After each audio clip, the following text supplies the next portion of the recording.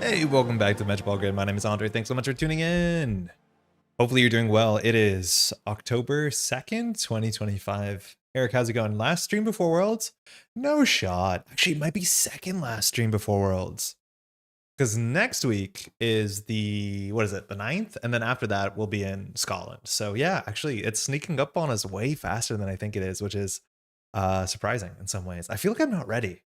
Like, just physically not ready. Like, I have a passport, right?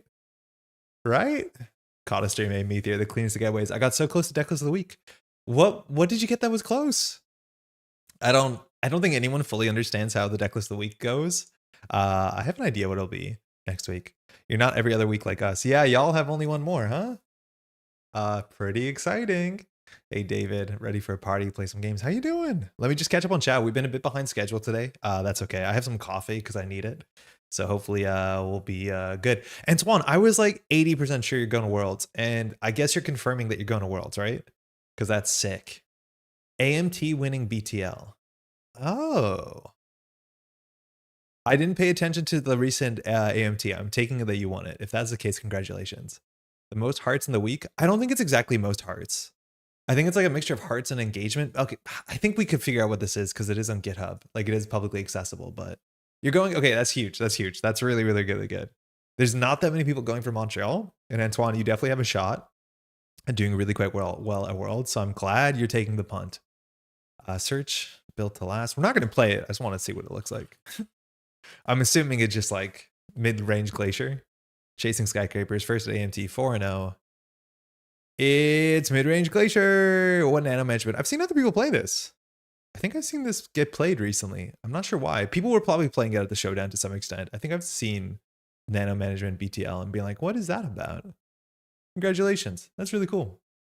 Hey, Brennan, just chatting before locals, going to get fine-tuned by Ghost Meat so we can get Worlds reps in. I'm your Huckleberry, but it's a punching bag. Have fun. Say hi to Ghost Meat for me. Hey, Wenjong the Grid, how you doing? Good evening, folks. Neil, how are you? How are you? How are you this evening? Daniel was thinking Netrunner open YouTube and here's Metropole. We're good. We've been live for about 11 minutes, so just in time. How you doing? Maybe you've been playing, or maybe you're just popping in. Tom, it's a bad stream for sure. Decklist of the week is BT Good to Me's list, and BT Good to Me I think is known for posting another list a while ago that was like this precision design deck, or was it ASIC group?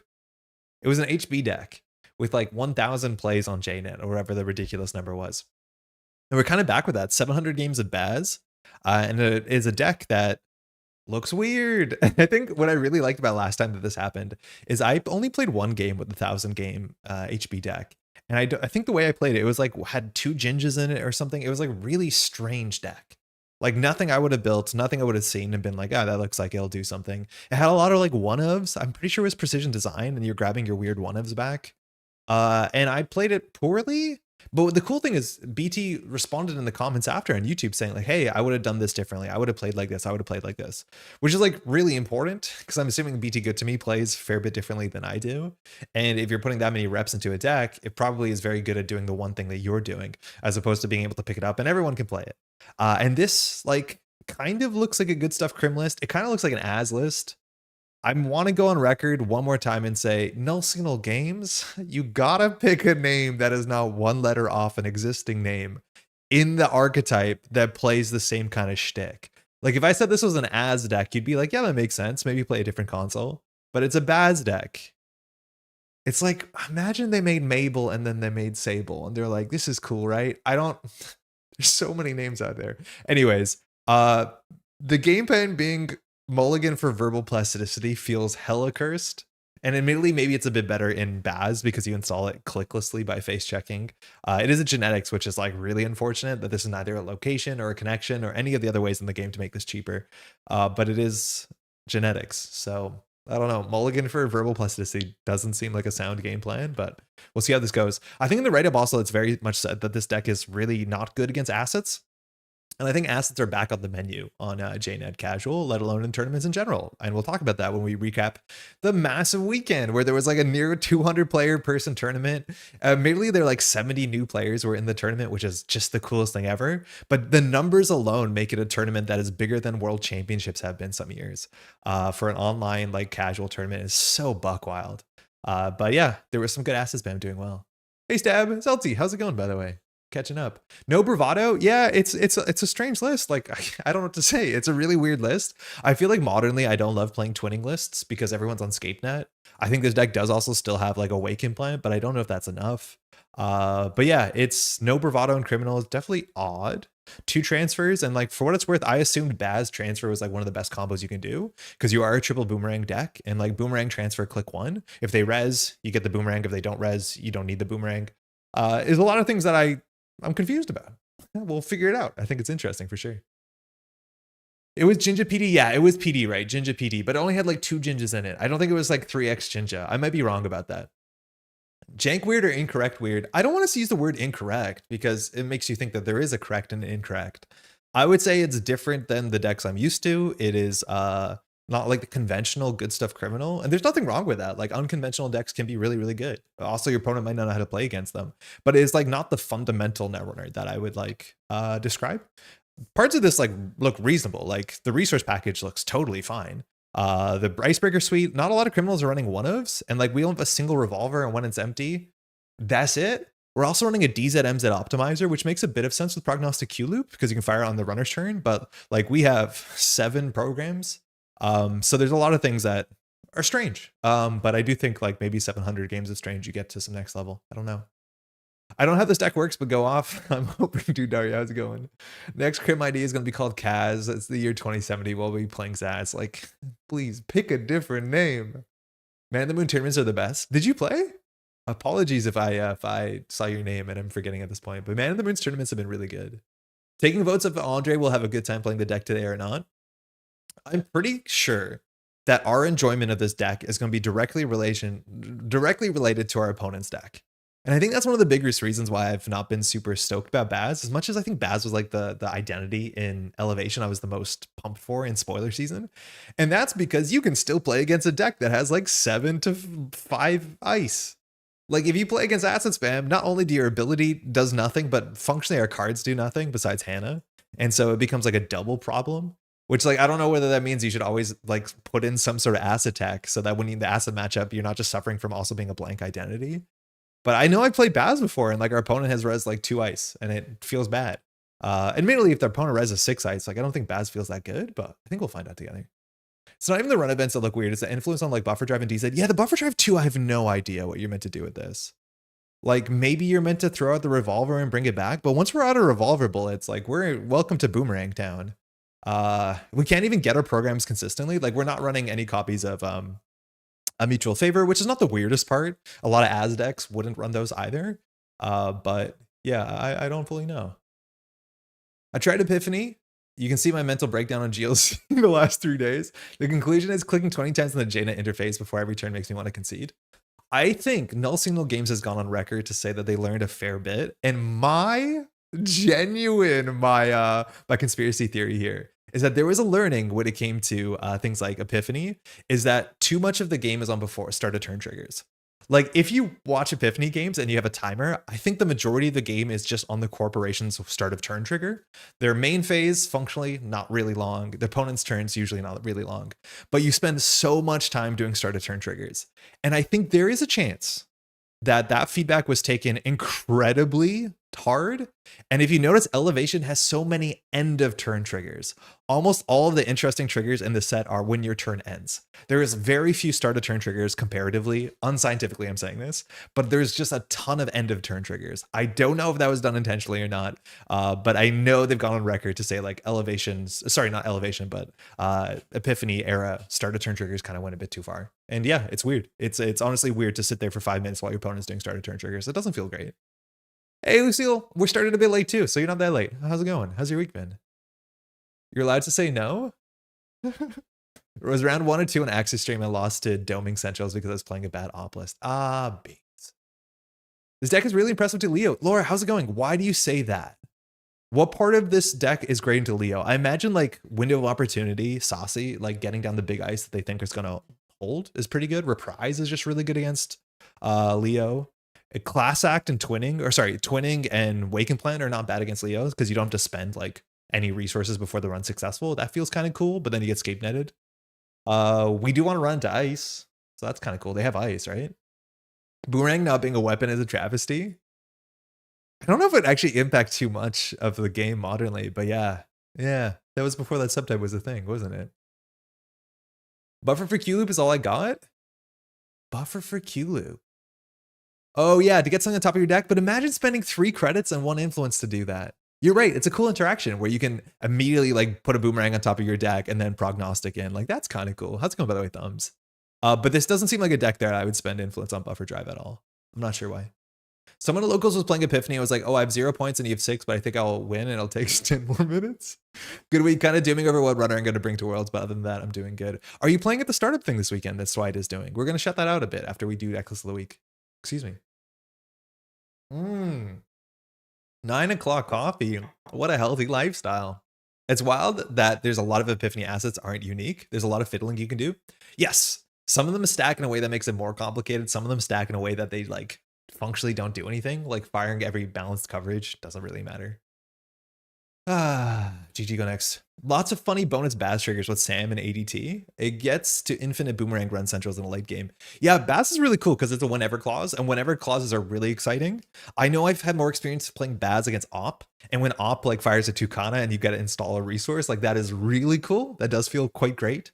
You can't get a Hermes down in time, unfortunately, but yeah, whenever they res things out of time, out of the normal like approach window, it's actually quite neat. I am playing startup this weekend. Oh, fantastic. Looks like it's going to be a great event. The prize support's fantastic.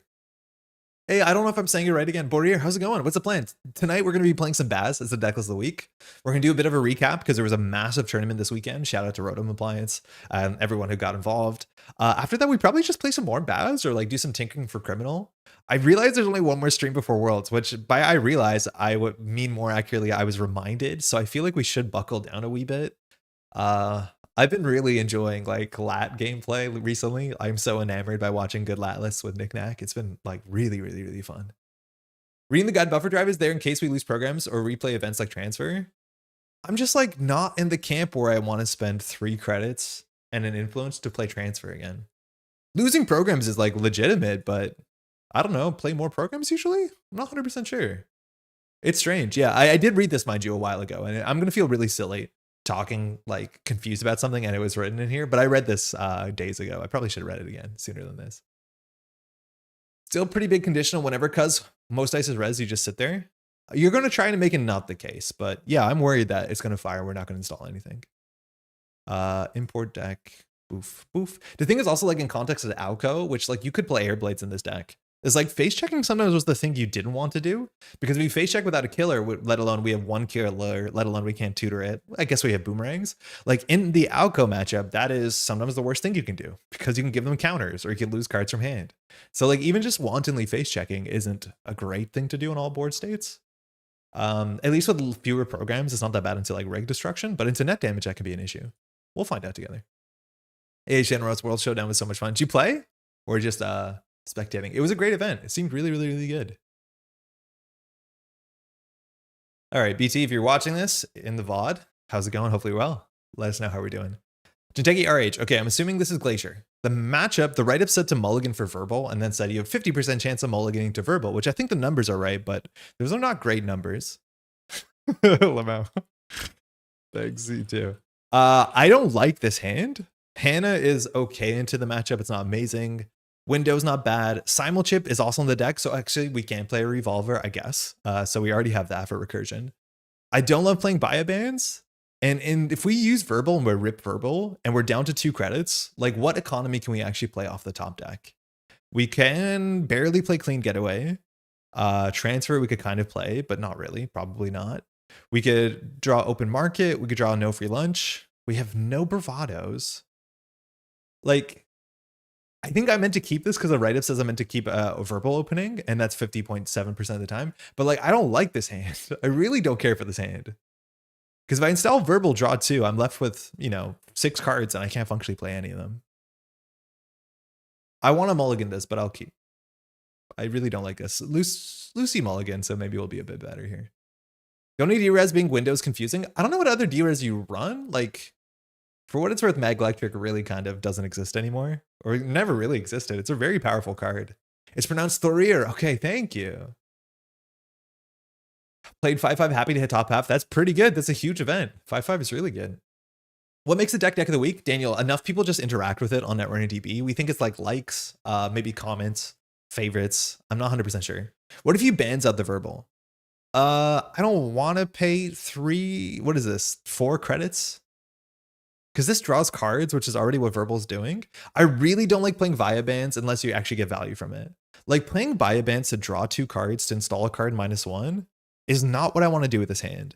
I almost never love Via Bans open archives on turn 1, unless we have a lot of money, we're click compressed, or we have a Chesva. Like this card's only going to be harder to play. Yeah. But I never love it. I don't know. Like, I don't want to start the next click on 1 credit and then we draw Verbal. Let's just hope. I mean, like, what are we doing? Credit simulchip? Credit simulchip? Wait, did we lose a click here? No. I have doubts. Nuka's pretty good. Like, again, I know Lucy's been saying this, but every tournament I watch, you watch a criminal play, they empty Nuka in like a turn and a half. Like drawing 6 cards in 3 clicks is... It's not about the quality. It's not about the amount of cards you draw, which 6 and 3 clicks is still fine. It's about how quickly you can draw them. Throughout the game to defend the honor of Verbal. Saucy Face Check install Simulchip. Yeah, I want to do it with, I think my understanding with Windows that you want to do it on res. I feel like every time that I played Saucy, I spent a click and a credit to install it, and then your opponent just trashes the ice. And on this board state, I feel like we don't want her not to res the ice. Right? Like we have a hand of mostly events, which kind of sucks. But like, do we face check here on 7 credits? We need Rubicon? Yeah, there we go. I did find the deck's econ very tight without Chesva Paladin. Yeah, I'm imagining we're gonna be in the same case. I'll face check. Okay, now we just install Rubbish Economy. We could face check. If we install Saucy, she doesn't res. So I think we just run, install Open Market. We'll see what happens. Hey, Super, how's it going? We're playing Baz deck, which has been a myth. So if she reses here, we get some value. We can't die. We have no important pieces in her hand. If we lose them, we lose the game. But we want her to res naturally so that we could like window Saucy later. Like, this is fine. This is technically your, your Sable click. We got to click back functionally. I think we'll just install Open Market. We'll let this fire. Install No Free Lunch credit. Like, it'll feel great. Okay, this coffee spilled a bit, and so now it's a mess. We'll finish it quickly. We should run archives sooner than later. Okay, Spin Doctor, so she's gonna have a card in archives. We want to either force this or force that. But she easily could be on a Pathinimus. Wonder what Lucy's thinking while Andre is trying his darnest to figure it out. I mean, we're not threatening a lot is the issue. So I think we're going to face check archives. If it's a Pathinimus, we lose a lot of this hand. I don't think it's the end of the world. We could install the Hannah if we wanted to get out of the way. Only drink the coffee during runs on Centrals. I like that idea. So this flushes the RH credit, which is good. Might flush a Spin Doctor. I'm assuming she's fixing her hand. Oh no. What is this? Are you sure? Totally. Yeah, punitive me. Oh, okay, cool. Fuji? Okay. Thank you. So now we die to measured response, no way around it. I think we'd rather not die to measured response here if she is on measured. So we're technically on 5 credits. So if we just click for 3, we don't die for measured if we pop no NFL. Verbal draws 2? Yeah, you're right. Verbal draws 2. There's a small chance. Like, if we want to play around measured, which I don't think she's on, we should just NFL. And then click for 3. If we want to play around otherwise measured, yeah, we just draw because she can't really, unless she has like Hansei or Hedge Fund double measured, that seems so unlikely. We want to hit this button. Okay, we have coffee, which is good because I'm thirsty. I think we'll just draw to 4 and then keep drawing because our hand does nothing. Yeah, draw 3 is fine. If she had more money, I would want to get credits. No, I'm not actually sure. I think she should have shuffled these away. That's my guess. I don't think there's any good reason to give us these points. Now, her deck probably only has 4 more agendas, and maybe even a clearinghouse, which is worth worrying about. Okay, face down cards and archives. Those are probably agendas. She's on 7. So we can... I have to install the revolver first because if we lose it, it's really, really hard. Having so few programs actually makes it harder to use Silent Chip. So that's not great. I'll start by running archives. There's nothing in the server that we're too upset about. Like maybe it's a regolith. That would be the worst case, but it's not like we can really afford to trash it. Are you planning on doing or expanding the deck building? Perhaps go beyond system gateway. Would love that. Yeah, I think so, Mulago. I would really like to do that. Issues with worlds coming up, we're like focusing on standard a wee bit, but it's something I'll definitely want to come back to make some accessible content. I know you've asked that before. I haven't had too much time for the channel, unfortunately. But yeah, it's definitely something I want to revisit. All right. We haven't verbal this turn, right? So we'll just verbal. Ooh, Paladin. We can install Class Act to draw 300 cards, but I think that's fine. Well, let's just go down to 0. We'll be 1 next turn. Let's see if it's a regular. It's probably just a defensive upgrade or a La Costa. All right, well, we're going to force a res. I mean, what else do we do in these parts? Well, that's a lot of upgrades. You scared of it? There can be no Mitra, really, that's functional. If it's Managarm and Oetic, we have exactly 4 credits, so we can face check it. We're just tank it. I think best case would be like a Vampire Nasa, because we can't really run through that because it's a free Anoetic. But no matter what, she's spending stuff here. The cool thing is if she reses, we can install this no free lunch and then we're actually at 7 credits, so we can like revolve or something and still play Anoetic Managarm. Oh, it is Vampire Nasa. Okay, that's the best case scenario. So I think we're going to install the Class Act because this is going to empty our hand really bad. We're also going to lose all our money, so this is a good way to duck it. So install the Class Act. We're going to have to use everything we have because we can't install Paladin, and we'll just let this fire. Ball for Verbal looks like a good plan. Yeah, honestly, like has been good, but we drew no free lunch. But I don't feel like we have a good economy. I think like this is not a great economy compared to what Criminal should be. So we kept the NFL and Chesva. That seems good. This is the card that you want to de-res. So now if she wants to res Anoetic Managarm, she can't because she only has 2 credits. Before we access, we have to crack this no free lunch to gain some trashing credits. There's nothing that we die to here, I don't think. Both of able to draw into. I know, it's like, we'll just put our cards on the table. So it's Anoetic res. So if she does this, this is all her cards and all her credits, so she can't really do anything with the server. That means we just want to run archives and keep drawing up. Okay, so Class Act will fire. We don't want to click the verbal draw. I guess we do because it fires Class Act regardless. So we're going to have to run archives for sure to shut this down. But that's an Anoetic in the server, which hasn't been res. But every time we run through Vampy, she gets 2 credits. So that's not what we want to be doing. All right, clean getaway. Good. Hermes, somewhat matters. Twinning probably matters the most. So I think we're just going to clean getaway archives. Yeah, that seems good. I don't think we're going to be able to charge twinning this turn. Check top of deck. We probably will do last click, but we might just want to draw because this deck only has 6 agendas and we've seen 2 of them. So 4 agendas across like 34 cards. The single axis is not worth that much. Turning off Jinteki RH when she's on 0 credits matters a lot. But the single axis doesn't matter that much. I'd rather like get towards setting up the twinning. We're going to draw 4 cards though, so why not, I guess? Yeah, we'll do it. It's not great. Right up something, install everything. Yeah, we definitely want to get our prognostic Chesva engine. Vampy, okay. It's not a good draw. Yeah, you see, I'd rather draw there. Obviously, if we won, I would have said something different, but you know what I mean? Cool. So on 3 credits, she's threatening Charlotte Lacosta. Our Shibboleth is bad at breaking Vampire Nasa, but our deck is not really good at breaking stuff. We just need a window of opportunity to deal with the Vampire Nasa in a very disgusting way. So if anything we could draw here, we get to see 3 cards, which is really cool. Verbal with Class Act is sick. If we draw a window, I think we like kind of win the game on the spot. Beans. Okay, we didn't. This is our last Hermes. The MU won't matter that much. I don't think we need a run here. I think we'll just probably install a couple cards. So we'll install Twinning, we'll install Hermes for free, and then I guess we're discarding a card? I guess we are, huh? I did that in the wrong order. Hold on.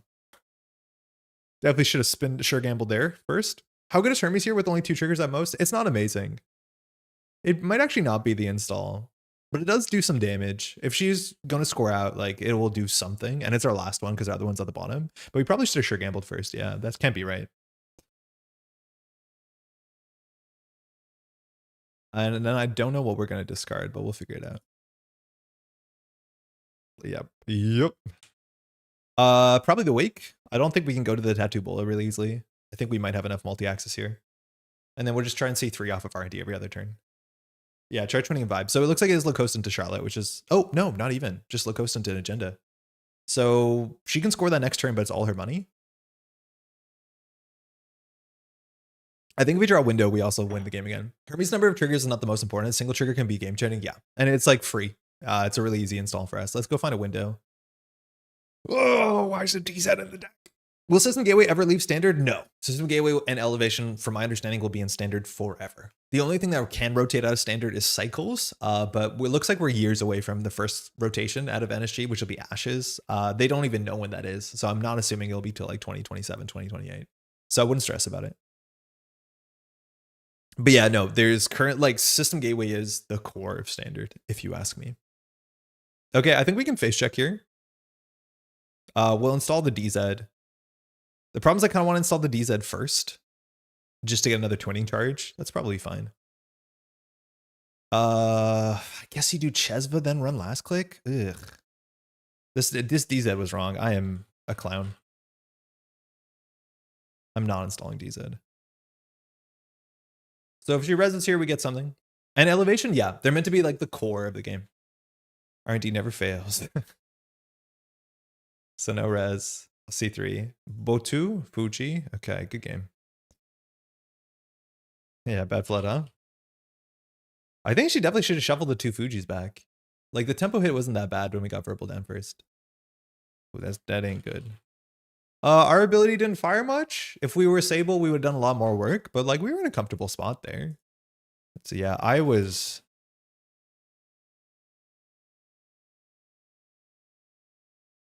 Would have been... This is like the best board state for something like Window of Opportunity, because the Window of Opportunity is Vampirnaza, gets de-res, we gain 2 credits. She needs to re-res it, we get 2 more credits. She can't res it, so she has to fire Anoetic. So it becomes this like 6 credit swing. It's really, really messed up. Only 6 agendas, right? Hey, Andre, wondering if your email memberships on Patreon should be considered canceled. Yeah, Michael, apologies. They should be considered canceled. I need to pull them down. I'm going to refund everyone who's like been in that tier for a bit now, because we haven't been doing, I don't think we've been doing degree mails since, I want to say like July. So I'm going to double check to make sure that they are down. I think someone recently signed up, which is not great. I need to solve that, but I'll be refunding all the money from that, because obviously that's not how it should be going. Yeah, it's not good. I need to be more on top of that. I've really let it slip a bit. Hey, thanks, you too. Bummer, I understand. Yeah, it might be coming back later. I think I might try and do something for that sort of vibe, a bit more public, where we can do like a replay review or have a lesson in the public space. I think it makes more sense because it benefits everybody, and it's just a bit better on my timing. It's much harder for me to schedule like 2-hour blocks now on top of full-time work and content creation, all that sort of stuff. It's just very difficult. And it comes down to like, I only have like 3 blocks a week, and it's just not a good service at that point. It used to be much more flexible, and we'd have good times to work with people in other time zones. But now it's like, if you're not free Tuesday night, I can't do much. Maybe a catch game with you at some point. Yeah, that'd be good. What cards are left? In your table, you play your operations. Sorry, Meteor? It's a 6 agenda deck. Yeah, they're magnetically drawn to the top deck. Sometimes JNet be like that until you donate. If you support JNet, which Lucy probably does, it gets better. Let me just tell you. The best thing you could do, support JNet. Your shuffler's better. I do not understand how Arch Glacier fled so consistently. Yeah, sometimes if you just like sit on a Charlotte too long. Okay, this is gonna be the nightmare. Firstly, Lady Ducklin, always a pleasure. Hey. But this is the deck that has very little ice. Almost all the ice punishes us for a face check, and we have literally 0 acid tech in the deck. Now we have a Paladin and a Chesva and a Waken Plant, which is actually like pretty good in terms of the value pieces and Prognostic. So I'm going to keep this hand and say Prognostic, Chesva, Open HQ, Open Centrals more accurately is going to do something for us. But we are going to lose this game miserably, because I don't think we have the credits to clear a single 4-tag Oppo. Maybe we can squirrel away some of our no free lunches, but this is going to be the worst of everything. The sort of matchup where, like, if you were, what's it called? Sable, you'd be in a really good spot. Yo, Jennifer, how's it going? Keep this 100%. We want Wake this matchup. Yeah, Wake is really good in this matchup, that's for sure. So I have very little tech or play into Epiphany. Almost no one does. And I think that's a really big reason why it did so well. Not that there weren't good players, but even watching some of the higher skilled players in replays and stuff like that, like people are making mistakes and people are figuring it out. And I do think people are not teched against assets in the last tournament, and people don't know what Epiphany is capable of. And both of those have been like a really, really good meeting point. But verbal though. So a lot of these decks are on like the Warm Reception. What's the other one? Warm Reception. They all have a W name. Warm Reception, Wage Workers, Working Prototype. And that means like relying on Paladin or relying on twinning is not that good. My only advice about the matchup is take out the Federal Fundraising. Yeah, Federal Fundraising is really, really strong because it makes them know what the top of the deck is so they can fire their ability, and then they don't have to ice R&D. Federal Fundraising is absurd. The other thing that you have to do is you want to trash not one thing a turn, you want to trash multiple things on a turn. So generally you can take a turn off, Federal Fundraising can fire once, and then you want to trash 3 things. Problem is we don't have a lot of money. At least not having Bravado, it doesn't stink in this matchup, but like our ability, blank. So I don't know if we do Chesva Prognostic and start sending Essentials. Did she keep? She kept. Like, we can do that. It's going to be fun. So it's a twinning into transfer. I mean, those cards are not going to be good. War Eye Tracker. Like, we can get Oppoed on turn 1, right?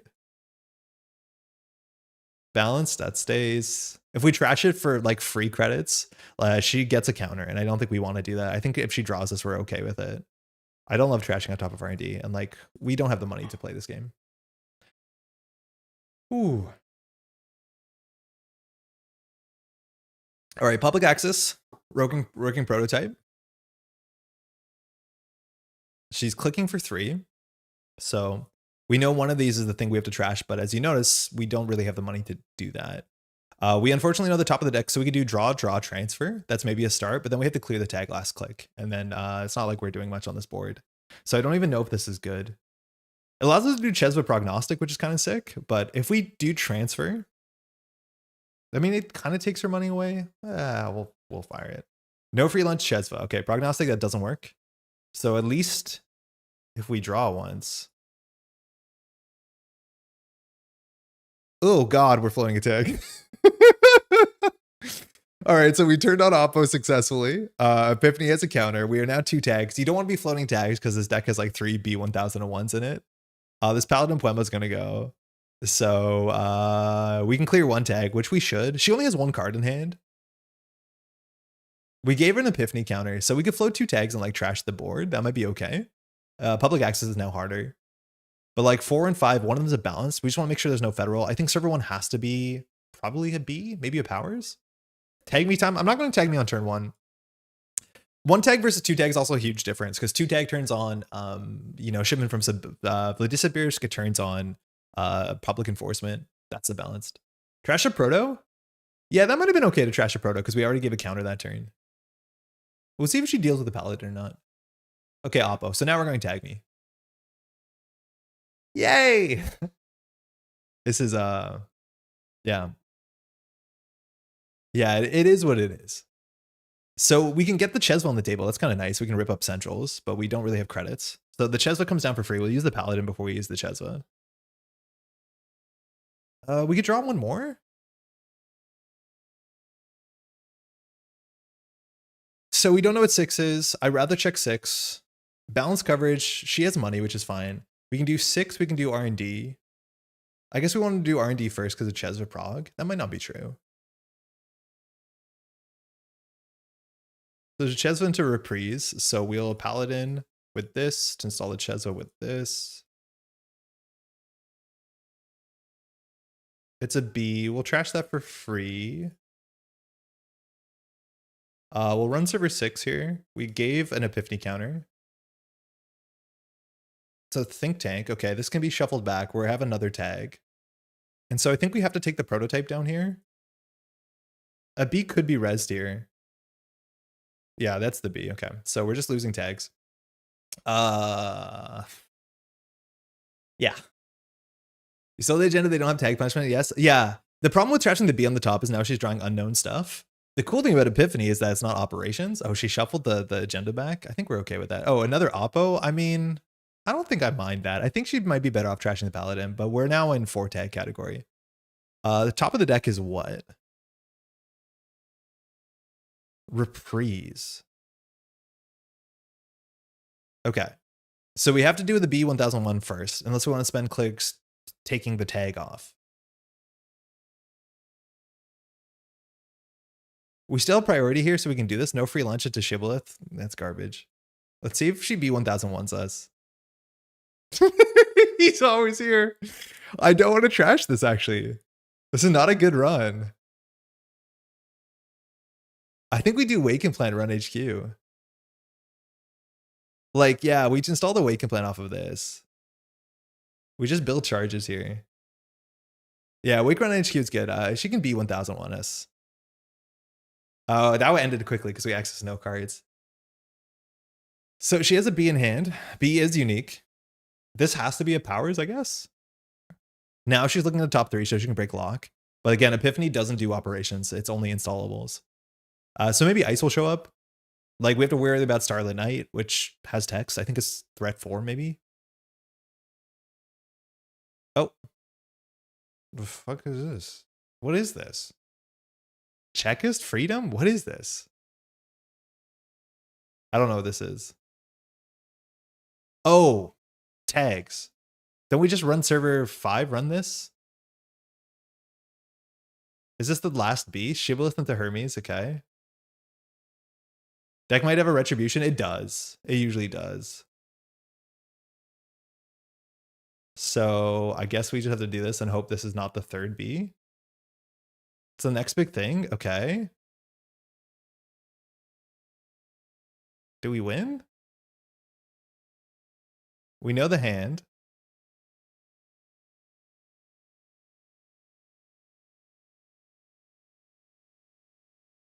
Balanced.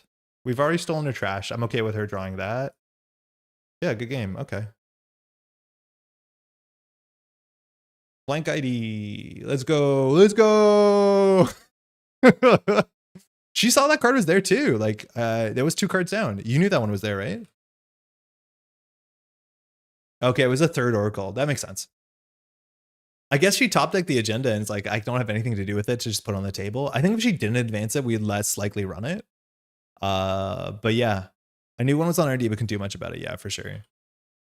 Yeah, a lot of time there was a couple turns where we didn't trash the top card of the deck. Obviously, like giving Epiphany counters is one thing, but like all those cards were the card draws that our opponent doesn't want, which is good. I need a spin for all the agendas I drew. I miss egg. Oh, egg is still good. Egg, no wrong. Good egg, good. Blank IDs can make top cut. This makes me do bad things, lol. Yeah. I think she might have wanted to do the Paladin Puemo bounce. Also, like, I think, hold on. So I think you're meant to Epiphany first, see how bad the top of the deck is, and then Oracle shuffle. Right? Like the only shuffles that she had access to, I think she did before she looked at the top of the deck. But I think you want to look at Epiphany, and then if the top of the deck of Epiphany is bad, then you Oracle away your opponent's agenda. Because she did them in the other order, and so she has to sit with the top of their deck and the Wake and Plant challenges. It's actually really important to have double multi-axis, like the ability to see another card, because a lot of times in Epiphany, especially if their federal fundraising is like really scuffed how they're using it, they'll often take this agenda, like they'll have 3 cards known, they'll draw 1, second will be a buffer, the third will be an agenda. Because you can't get rid of the agenda unless you draw it. So you often want to run R&D and C2 because it's always a card into an agenda, just like it was here. They'll never put it on top. So that's always a way to do it. Apparently this deck is cracked. I mean, so far so good, right? And we're only 2 games in. Imagine 700. So I should have played versus Eric's Epiphany. Oh my God, Roberto. I was sitting there and I was trying so hard not to riff into you. Roberto was playing against Epiphany for, I think, the first time ever. And on the other side of the table, Eric is playing good player. He's playing a very good deck too. This is probably going to be a blank ID again. Sick. Thanks, you too. Hey, best of luck, have fun. And the thing is, like, Epiphany knows the top of R&D. Running R&D is so bad in Epiphany if they're firing federal fundraising. And I think in that matchup, yeah, a lot of clicks were lost for no reason. Where all if you do is like just trash the purple cards, you're generally fine. But it's a very good learning moment. I think everyone loses a game to working prototype. And for what it's worth, Roberto, that deck like nearly won a massive event this weekend functionally. So it is very, very, very, very good. Hey, Duckling, good game. I have yet to find a deck I enjoy after the Stink ban. Hopefully I can brew something yummy soon. Check out some of the other Oko lists. They're like doing really quite well. Okay, so I don't know. I'm assuming it's Thule assets. I don't know what Thule's up to right now. Probably some false lead garbage. No free lunch is good into the matchup. Transfer is okay on turn 1. Prognostic is fine. Window's useless. Twinning is like not the best. I feel like we probably just have to mulligan into verbal because the rules. Yeah, this hand's better though. We had that match MTL Cons. Yeah, that was also the match. If I was not mistaken, Paul was like doing the whole combo line. It was really fun to watch too, because he was setting up like 2 turn agenda scores. False lead garbage, non-derogatory. Top down solutions, turn 1 down to 1 credit. Yeah, this is the matchup where if you're Sable, you have like a 75% win rate, and when you have a blank ID, it's probably not good. This is not iceless. So far, so good. Yeah, for sure. Yeah, so they want to install to get the click to do top down.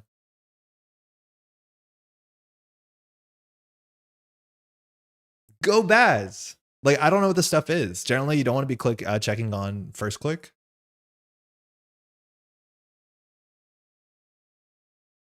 Wage workers is not super important on this turn. Like, draw is probably the thing they can do. But the other stuff is more important. Like, I think the thing that we really need to trash here is a humanoid. Hell of a Gao. Okay. I guess they can fire our friend, Hendrik. Tranquility. Yeah. Okay. What decks would you be sleeping up for Worlds if you had to choose today? I'd play Lat. And I would play Leo. Yeah, click for 4. Okay. Yeah, I played Lat and Leo, I think. You? Thule just makes you play good Netrunner? I mean, no, not really. Not right now. Run server 1. We're going to get 4, and I think we're going to install. We probably should draw here. Installing the Chesva bottoming us out doesn't make a lot of sense. Okay. So they don't have humanoid, they would have fired it. So these could be campaigns. We have an economy issue. I guess we might as well just install this and not throw it out. I don't know if we're going to crack it for the sure gamble. I guess we are. Yeah, so we can get verbal on the table. Lat over Sable? Yeah. I think Lat's fun. I think I'd actually have a lot of fun playing Modern Lat. Man, I've been watching all of Tuno's replays and I'm so into it. Holy shit, is that deck cool?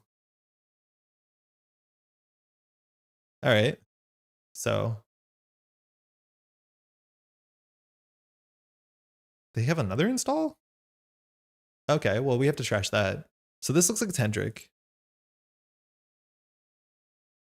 They can quad advance, so in theory, we have to trash both of these.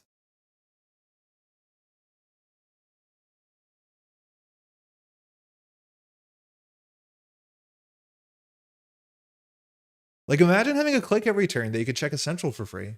I mean, that'd be pretty good. Madani Lat too? Yeah, Madani Lat seems so fun.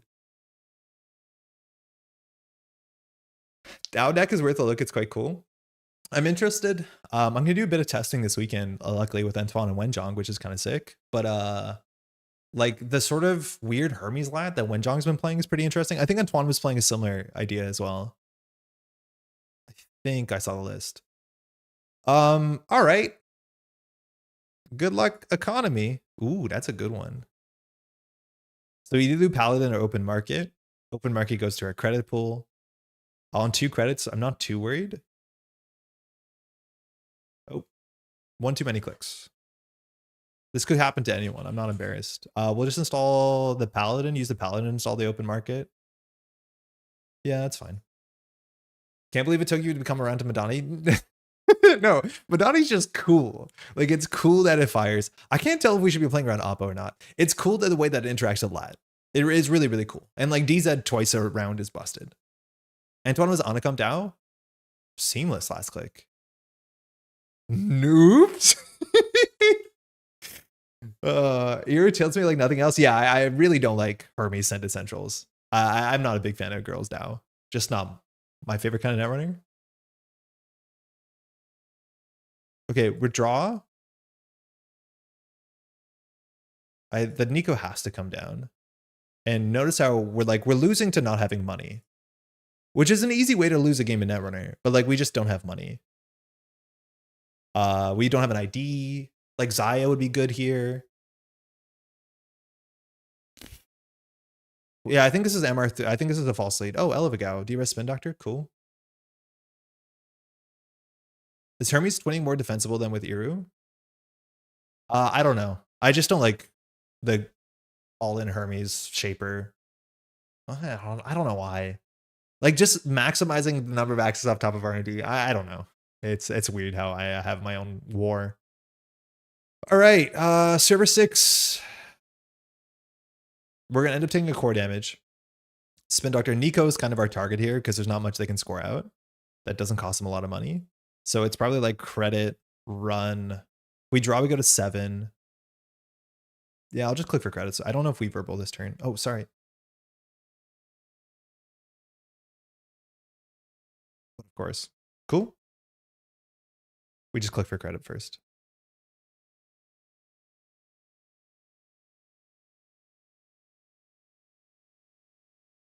Who plays near Arisless currently? I JNet casual. Right now, everyone on JNet. I don't know what to tell you. I'm with you. Install 2 Devil Data, click Iru is cringe. It's like, I don't know. The sort of slapshot Netrunner I don't like. Okay, prototype, gotta trash that. Maybe we pivot to winning. Shaper's thing has been C cards and R&D for like ever. Yeah, you're not wrong.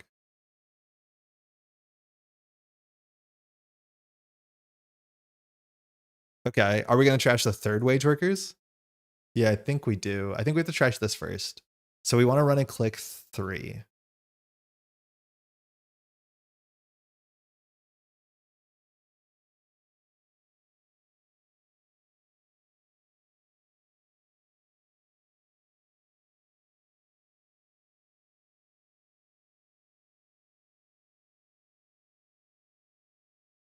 Oh, we're taking a core damage here. I didn't have enough credits. We need 2. Oh no, this is clicks. Yeah. So it is a Hendrik. Don't they have to res it? Oh, they don't. That's weird. I don't know how that's so different. Because it feels different. It feels like you have to build it. I don't know. It's a vibes thing. I'm not gonna say it. It makes sense. Oh, hey, my friend. I guess we don't take the window. I just tried the Devil Data DAO deck and enjoyed it. And now I'm feeling judged. No, it's cool. I'm talking about myself. Like, I'm not right. I'm not wrong. It's just not my favorite kind of Netrunner. It's like, I don't like Mercury. Mercury decks are doing okay right now. But the idea of like playing Netrunner by just taking slap shots at R&D and hoping, I'd rather play something a bit more tactical. That's always been the way I've been. It's fine. Touching cards wins games for sure. Take enough shots on that, you will win. My favorite Netrunner is taking the least amount of shots and winning. Like, no joke. So I try and do that. But it doesn't make it easier. I hate Mercury, but like Girl Shaper feels different. I do want a clean getaway. The twinning here would be really good. I can't tell if they're still on kill combo. It looks like they might be. I'm having a hard time reading the board. Delete RWR. Don't you love knife? I find you to be a knife fan.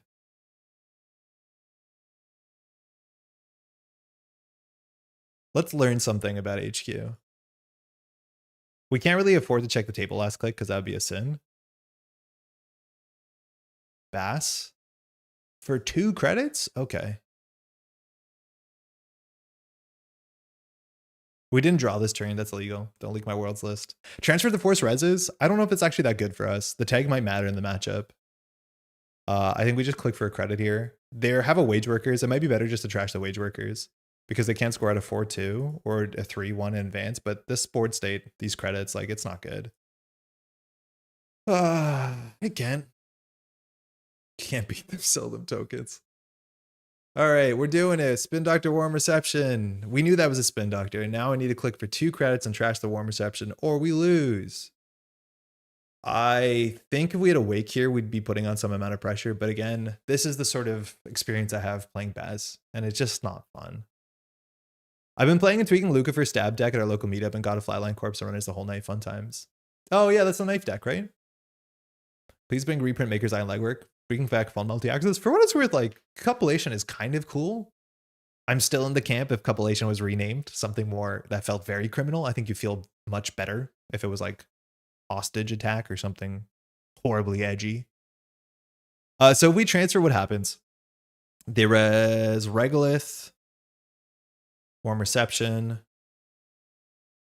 Hey, Evilon, how's it going? It's going okay. Well, this is our 3rd Baz game. This one's the least fun one so far. The ice is maybe not there. We have to trash it or we lose.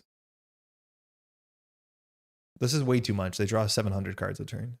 Cup is very telegraphed. 3 clicks and 3 credits for legwork. Yeah, but the difference in Shaper is you can pull it when you need it. And you can never pull legwork when you needed it.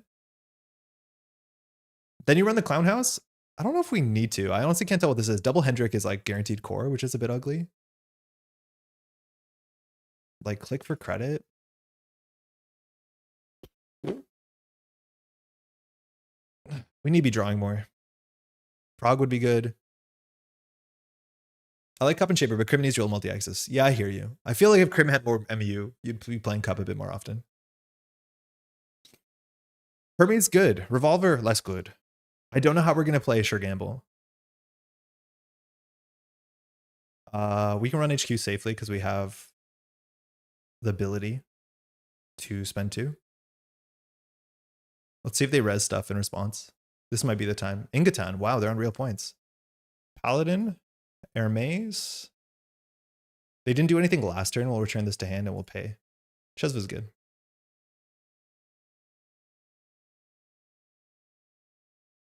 Want to transfer and run the big remote? No money to Hendrick then? I don't know if we have to run the big remote. It's not doing anything. It's just staring there menacingly. Like, so far they're on real agendas, so I don't know. Yeah, Fencer would be good. Azumat would be really good in this deck too. They're doing weird ordering too. Like there's install draw. This is on top of a Hendrick. The thing is, if we transfer, we end up with a tag. I think the tag is bad because we can't interact with the tag.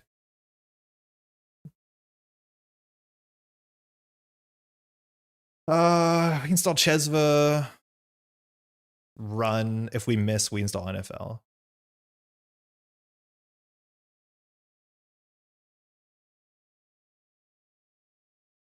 They're probably setting up some NFL thing. I don't know. Isostule is the new JNet PE. Have you run into enough, Solom? How's it going, by the way? Like, I'm surprised we haven't get false leaded out, but they have 19 cards left in R&D. There has to be agendas on the table. There's no way around it. Awake or Twinning would have been really good by now. Okay. Powers. It's an aggressive trend setting. That's fine. They're on 1 credit. I think we're okay here. There's a lot of boring MR. Oh, we have to play around measured response. You're right. I guess we'll Chesva trash them. Seeing a surprising amount of it. Oh, interesting. So we got to see what they bring back. They brought a Tranquility back on server 17. We have to trash that, but we can Hermes it back to hand. So we still don't know what this clown car is. On 1 credit, I don't think we're actually scared of anything. So we can just flush this out. So I think we do... Let's draw to find a clean getaway. Nice. Alarm clock's actually not bad, but I'd rather have MFL here. Because I think if we don't have clicks during alarm clock, right? So we can't actually like pay if we steal. I'm not sure if it works.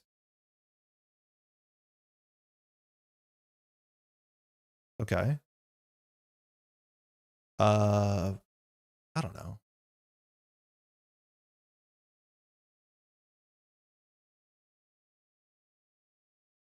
It's probably wins. You have clicks, else you couldn't use the bypass alarm clock. Oh my god. Oh, you're so right. They said, yeah, okay, I think this is it. Managarm, no. Ontological. Okay, good game. Yeah. They put an Onto in there. I think they're hoping the chorus. Just got Iceless against Spaz. Yeah, not loving that. Yeah, we just stuck to our fundamentals. Click for credit, trash the things you need to. Verbal is fine. I don't know. This is what happens when I play Baz. Like, it makes me never want to. I am so negative. You know, like, people are, what is the term for this? Top deck also went, oh, nice. I'm I'm gonna keep it on HQ for a bit. I'm so like avoidant of negative experience that I have one game where I have a blank ID and my response is never again. You want to play against Leo and have fun with the ID? Yeah, I think I'd like to try it, Laura. Yeah, I'm not sure how to play this too. So I don't know if I can give any great comments, Matrixco. But there was very few times where there was threat on the table. When you're floating around 3 credits, I don't think I mind. Hey, thanks, you too. Try Dao if you want a different blank ID. Yeah. The thing is, like, Dao, you don't need okay, the thing is, if you're a Dao deck and they don't play ice, you are happy because it means you can drop your conduit and do whatever, like, you know, girls multi-access you want. If you are Baz and your whole economy is attached to your identity, I feel like that's maybe a bit worse. Maybe it's okay because we have open Ches of a prognostic, but like it's a 1 of prognostic in the list, so I don't fully get it.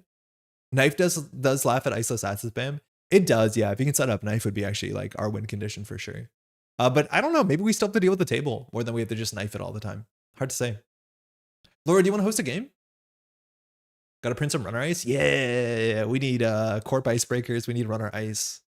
Player side schemes. Dao not actually blank because the game plan is not dependent on the ability. The ability is there to beat bad matchups, not an engine. Usually, that's exactly what I mean. You don't need Dao. In the games that Dao doesn't do Dao stuff, those are the games that you're fine.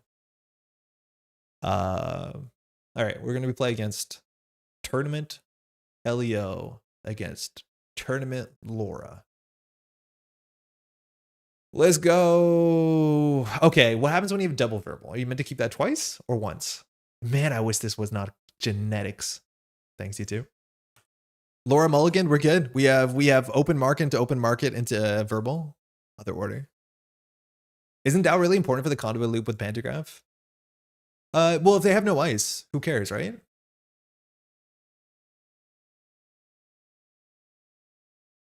Hell yeah. I'm winning. Oh, that's sick. I don't think we need a class act. I think we just need to get our money up. This is a good enough start. I got 2 of them. All right, spin Dr. Stark. Bad's idea is econ is like if Dow were planning to use 3 cube on all the same server for econ. Well, you can't do that in standard no more. Okay, so we face check this. Worst case, the bad case is that it's MIC. Best case, we click through it. If it's a boom, we don't care. If it's a white space, we install class act or DZ. They're both fine. So in theory, we could decide to first click draw. First click draw plays around MIC. First click run plays into Brawn. I think we'll play into Brawn. The res is good for us regardless. This feels good. Man of the Moon Pod Racing actually wanted the ability, but it's the only Dow deck I've been actually build a real engine. I once again don't see how Baz wins against Elio. We'll find out. So far, this feels good. Like, this is the interaction you want. Shit, it was the MIC. So that was the bad interaction. I never know how you're meant to take the credits off of these, whether you're meant to split them or not. I think you're meant to split them so you get the credits faster. And then if we draw, we get to draw 3 bottom 1, which is fine. I was going to say we want a Hermes. Hannah's really good in the matchup. Hannah's actually really quite good in the matchup. But I don't think we can keep the Hannah. Hermes Chesva seems so much more important. That's a bummer. That's a really bad draw. Yeah, split is right, because then you get the credits into your credit pool faster. I generally want to empty one as soon as possible to play around like resource destruction, which is like totally not right. That's like an old school thing where you would try to empty your econ card. Like you empty your first daily cast, but it doesn't make any sense here. Hannah's bled? No, Hannah's really good because it allows you to like Hannah the remote server, click through a Brawn, and then if they LEO you, you can run back. Extra clicks to charge the remote server and LEO is absurdly good. Man, Hannah's 2 free run on remote. Yeah, Hannah's just very, very good into LEO where your clicks matter. This deck doesn't have, it's on double chest when we don't have pinhole, right? This deck doesn't have Pinhole. Ow, my heart. No. God, a Pinhole is good here. A Boomerang's actually not bad here. We just don't have one. Into working prototype, emptying one is better. Yeah, anything that like bounces or returns, it's a lot better. Okay, so we don't have a prognostic. We get fire ability by running HQ, but it's like kind of sus. GG next. We want to run HQ. The HQ run seems fine. I think we do Chesva run HQ and see what happens. Transfer would have been, oh, actually, hold on. Maybe we should not just transfer unless we have Boomerang. It's a Boomy, that's fine. So Boomy, we probably double click it. We can install a thing here. I think we installed the Hermes for free because it uses the most of these credits. It doesn't do anything though, so maybe that was entirely wrong. Core damage, our hand is actually not bad. If it hits one of the verbals, we're laughing. If it hits the paladin, we like lose the game.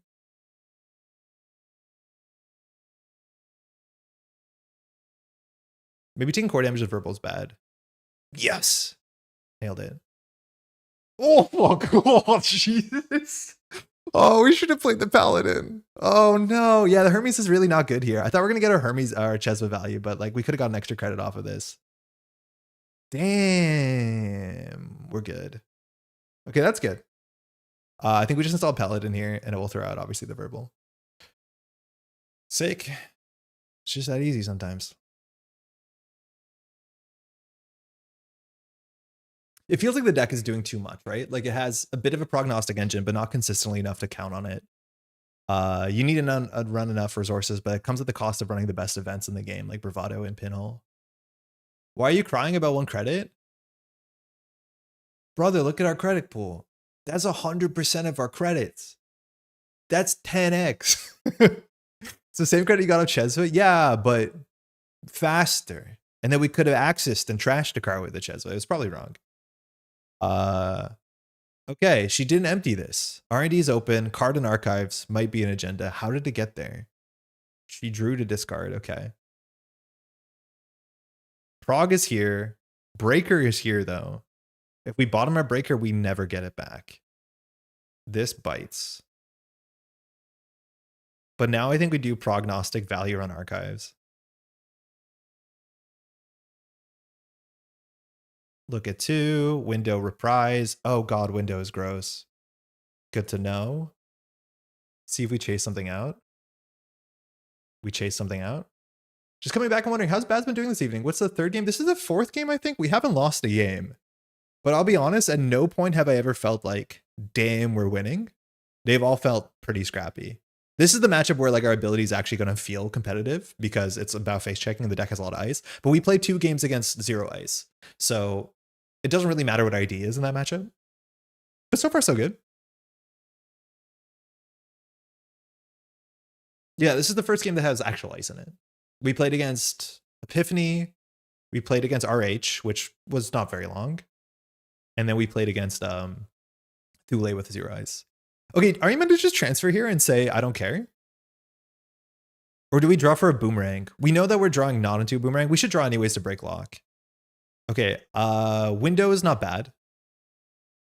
Open market is good enough. Reprise is like game winning against Leo. It's a shame to bottom it. I think we just continue to set up here. So we always can run archives. We have no good reason to do it though. Yeah, we have to draw first for sure. So we could transfer there and double click Boomy, but then she can just end the run by trashing this, which is like an okay trade, I guess. But I think we don't do that. I'm going to install the DZ and I'm going to hate every minute of it. No, why is it in here? Okay, we'll figure it out. We'll just continue doing our thing. Not losing is a good thing. It is, but it's not the high mark of whether the deck is for you, right? Like you have to be happy the whole time. Give in to the DZ. Hey, John, how's it going? I put in the order for the dice, mind you, today. So hopefully they'll come in a bit. I almost thought you said blue. I like swear that I read your text and you're like, give me the blue ones. And so I put a 3rd copy of blue in the deck. Why is that face up?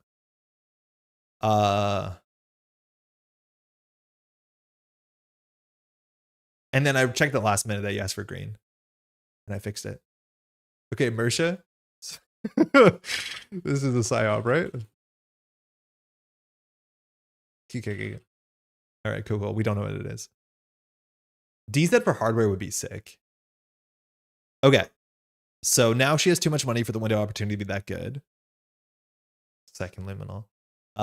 Wait, you want to run HQ at this point. The deck only has 7 agendas, if I'm not mistaken. Maybe she's on ADT, so she's on 8. Or some of the ADT ones are still on 7. Excuse me, I think Rotom's is. Maybe that's wrong. It's called Kate and it was awesome. Yeah. It's called As. Oh, whatever. Okay, twinning is important. We drew all our multi-axis.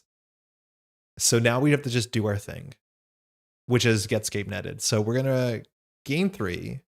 We're gonna install the twinning for market rate. We're gonna install the simulchip. We're gonna run archives to do Chesva Hermes, and we're going to get scape netted. I think we just click for credit. Bought an altered Kate in a fit of homesickness, and she rotated between when I ordered and when she arrived. Now it's art. Now you got some art. Credit. Camp. Laura will probably have agendas in hand after this humanoid. Either that or she puts the remote server, which maybe with Seamlesses she does something. That's scary. We can't really interact with it. When to install Kuru for free? It's during, no, it's before the run. You install the program, then you run, so you can't, excuse me, do it for free. I want a boomerang shuffle to get the Hannah back up at the top. Same with the reprise. Okay, there's a boomerang, which is good. So we can do boomerang transfer. It's like kind of mid. You don't have this successful run to Chesva Q loop. Oh, you're right. We could jack out. I just think on average, that's probably not as good as anything else. How you doing, by the way, Cold Lava? Why is window anti-synergy? I mean, sort of. So this looks like a spin dock, right? So we can either check archives or we can check server 3. We get more value checking archives because we have the interaction. We need to install something and we only have 4 hand size. So if we do boomerang transfer, she can end the run. She can easily eat this transfer. It's a 9 credit swing, which is nice. That's probably better, but then we have to clear the tag. I'm good. Good to know. Hey, Ambish, finally caught a stream. Aussie Time Zone struggles. Hey, how's Friday going? Thanks for making it. I know it can be difficult. We don't stream as often as we used to. Hopefully you're well. This easily be seamless agenda. Server 3 is probably spin. Hope everything with your move is good and settled. Feeling good. Feeling comfortable. I take it you're not at Worlds because you had a cool thing going on. And if that's the case, congratulations on your cool thing. A bummer we won't be able to see you. Yeah, how bad is boomerang transfer? So we go down to 2. This might go through. I don't think she's at the point where she can throw the boomy at us for fun. The Waken Plant's in hand, so if she does it, I think we're relatively okay with it. Yeah, we'll try it. Charges are twinning. Boomerang gamble, okay. The thing is, we have to remember if we shuffle this boomerang, it's not where we want it. And boomerang is unique until we use it. So we can still grab the next boomerang for free, which we actually could consider doing. Because this goes not into the shuffle until the run's successful. So she, in theory, could strand this boomerang by trashing the boomy. She did. I almost clicked draw. That would have been a disaster. Hold on. Hold on, actually. I probably should have been more clear. It's good, though. Yeah, we had a prio window, though. No, it's on me. That when we're breaking, we hold priority. And so in theory, after we broke with the boomerang, we could Chesva the prognostic the next boomerang. It doesn't make a lot of sense, but you are allowed to do it. So we have to install our breakers, unfortunately, before we do anything cool. So we could run HQ here. I still think there's agendas and archives, so the HQ run's not super valuable. It means that we can grab the boomerang off the top of the deck, but it's not like we want to put it anywhere nice. We could sweep 3 in HQ. I mean, it feels good, but if there's cards in archives, I don't know if we do. Do we sweep HQ here? Maybe we do. This doesn't seem super significant in the matchup. I'm glad that we made a successful run. Joy. Who put a Yu-Gi-Oh card in our Cyberpunk card game? Oh, Trap Hole, my bad. I forgot that's how we did Netrunner. We did Trap Hole. Life's weird right now, but it's a beautiful spring day and a long weekend. Oh, nice. Haven't played since Andromeda was an available runner. How would you say the state of flow of the game has changed? It has during it null signals custodianship of the IP. If you enjoyed run-based Andromeda, oh, we get a fire ability. You have basically the same decks. You're in a good spot. You're in a really good spot. If you want to play run-based criminal that has value, like get stuff on the table, you can do the exact same stuff. I think NSG's been doing a fantastic job. They've been now running it longer than FFG had, which is like pretty impressive. So that's really cool. I think they do a great job. I'm going to not hit a breaker here. Fine. We kept it twinning. So we're gonna have to get this back eventually. We'll figure it out. They do a good job. They don't release as much product as FFG does. They do a great job organizing organized play. I think the organized play might be a bit better. Oh, Mersha, bummer. But we have a boomerang on top, so we can just face check this, right? Yeah. Their cards are more consistently playable, which is nice. FFG sometimes printed not great stuff. It's a good spot. It's a really, really good spot. You should definitely check it out. It's also totally free to play. I wasn't there back then, but Crim's really good at the moment. Got a few options. Yeah, it's very similar to how it felt back in the day. It's the MIC. Okay, so we're going to go not do our ability text. Oh, we could have drawn there. Yeah, because of Baz. So we'll prog this, install this, install, continue, break the ones that matter. Let fire, trash Mersha. Organizing is significantly better if we did nothing else other than switch to SSS.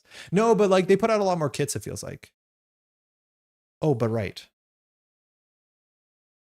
I can't believe I didn't see that coming. How did I not see that coming? Yeah, of course. LEO. Yeah, great. Okay, so we can lock 2 on R&D. We could window HQ if we really wanted to. It's not that great with a saucy. We have a sure gamble coming up off the top. That's good. I guess I just clean getaway R&D and C2 cards while we can. Aussie gang, what up?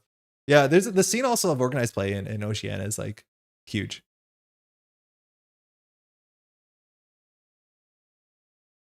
No, not a good draw. Great draw. Archives, that might have been okay. I wanted to use the twinning before we lost it this turn. Play window, I don't think we're going to. There's a regular crew in CBR. I think they're meet at the hockey center on Wednesday nights. Oh, send a message. Okay. So she might know where all the agendas are. So I think they're in archives. So we know the top deck of this is a hedge fund. She's looking to score this out. We haven't seen a seamless yet. We've seen one seamless, correction. So we just need to keep twinning, but she's not trashing her twinning. So like something's afoot. Okay. Let's go. That's not the right card to click on.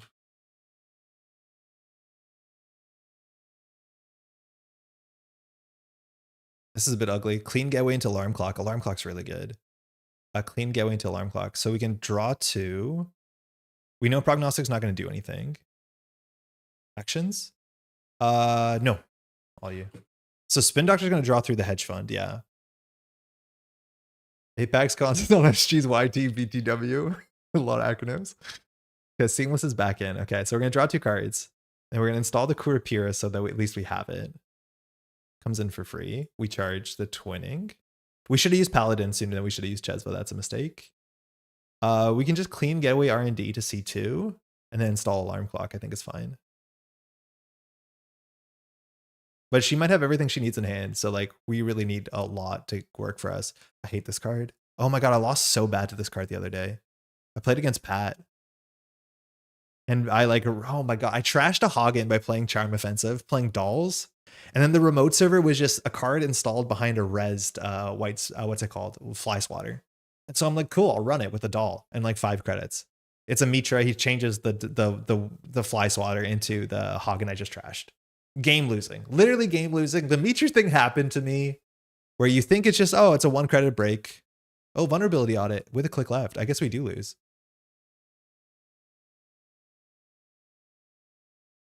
Man, why do we install this DZ? So this could be seamless into vulnerability audit very easily. If you buy the official one, I think if we had a pinhole, I'd feel pretty good into this matchup, but we don't. So it could be over as soon as this turn. The top of the deck is a planogram, right? We didn't trash anything. We can run HQ and double click through MIC. And we can always just like boost Kurapira to C2 cards. We know that her hand had or has a hedge fund and another tranquility. Can we do anything cute with window if we window the MIC? She can res and de-res no problem. We don't have any cute installs in our hand. But if we run HQ here, we have to double click through it, which is most of our turn. The only way that we buy a turn here is by Hermesing. So I guess we do it because then we can see another card off of R&D. I just think like if there's the 4th agenda here, this deck only has 7 agendas, so it's unlikely to be another in hand. We'll give it a shot. Buffer drive Saucy. Bummer. Is there anything cool we can do with buffer drive? We could put a boomerang on top of the deck. Deck has 8 agendas. This one does, right? Oh yeah, because it's on architect deployment test. Yeah, you're right. So we don't have the Cheswa here. Oh, we do. Yeah, we do, because we want to use twinning. No, I think we see a single here. Install buffer drive. Okay.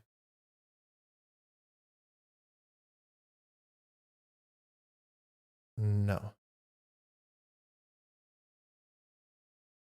There'll be Netrunner booth in Melbourne. Pack soon. Oh, sick. Maybe we should scene 2 there and then 2 on R&D. So we can draw here and we can run R&D. Best draw would be the last clean getaway. We haven't shuffled our deck, so it's likely we find one. Oh, wait, no, we knew what this was.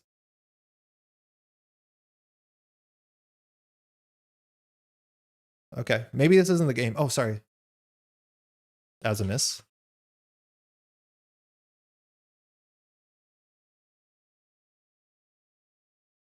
It's a humanoid. Okay, cool. So this sees all the humanoid cards, but it means we don't lose. I'll figure it out. We still haven't lost our multi-active, so we'll use the twinning. We might as well use the wake. It means that it's harder for her to draw an agenda because she'll only see 1 new card. Tattoo, Rego, send a message. Good. No bounce, so that's a good res. Paladin, Hermes. So she's drawing 1 unknown and we're both on game point. She gets no res too, which is like not great for her. I think window is going to be more impactful. Funny enough that we can do like window spam more than the no free lunch is going to be worth something. Let's hope.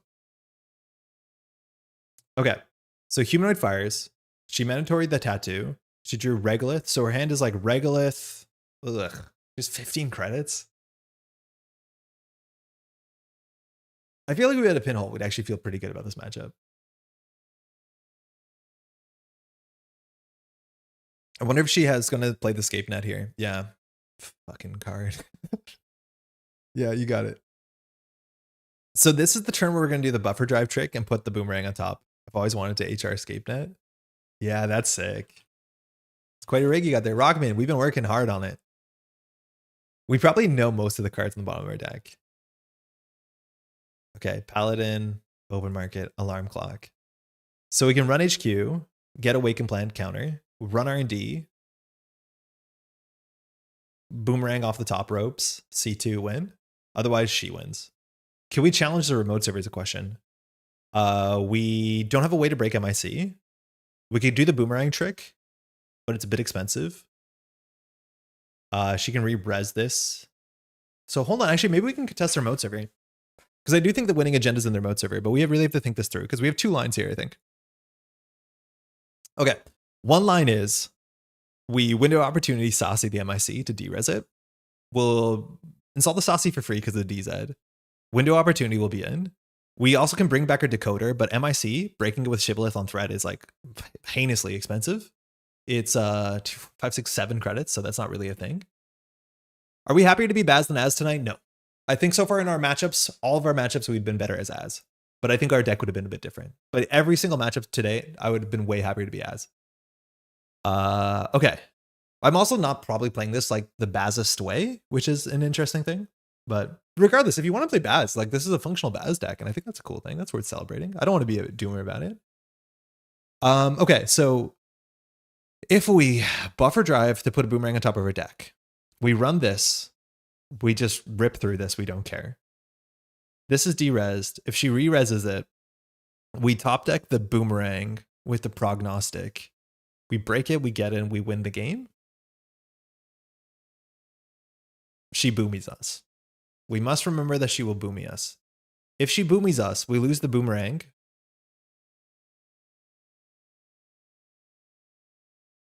Huh. Could we break MIC twice? I think then it's the case we just run back.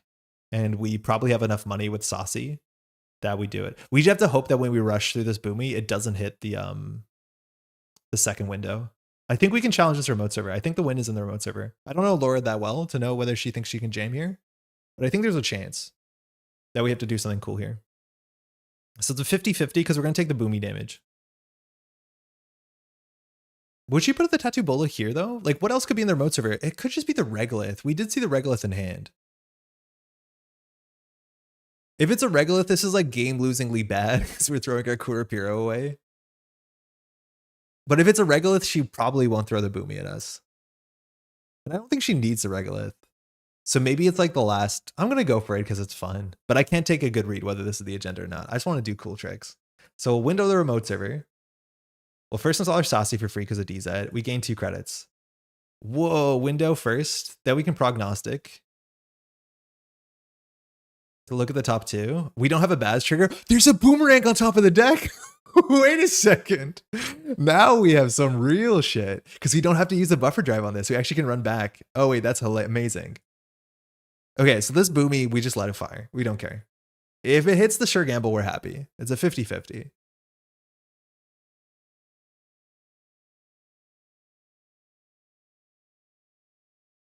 Yeah, sure. Yeah, whatever. Yeah, we have the chip and the buffer drive, which is our recursion angle. Ah, that's worse. That actually cost us like 4 credits. Oh. I forgot about that. That's fun.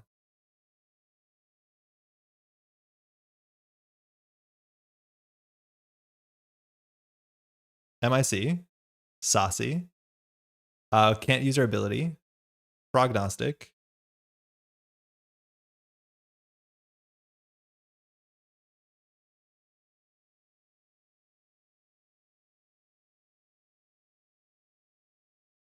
I don't think we can make it back, actually. Because, yeah, prognostic is once a turn. And we lose a click on this? Yeah, actually, no. I did the math wrong. The best we can do is draw, run R&D. She boomies us. Okay, thinking. No, we're cooked. Yeah, we're cooked. Because we can't get through this. So we have to win off of a single off of R&D. There might be agendas and archives. I would say it's maybe like a 10% chance. I guess, no, we simulchip back our decoder, right? Yeah, run back with Shib. I think that has to be our line. Oh my God, if we had the window, we didn't lose the 50-50, we get an extra 4 credits here. Oh man, it's so good. If we kept the window. Bayushi, yeah. Yeah, I guess we will do the Shibboleth. It's really expensive.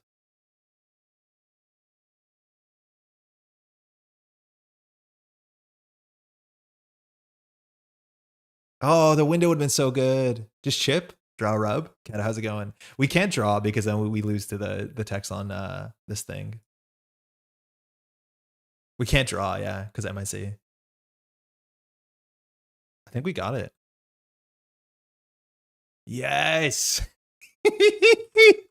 Good game. I was going to put buffer drive for boomerang and then just found the third one on top anyways. Yeah, we were meant to buffer drive on the top for a sick kickflip, but we just found the boomerang nicely.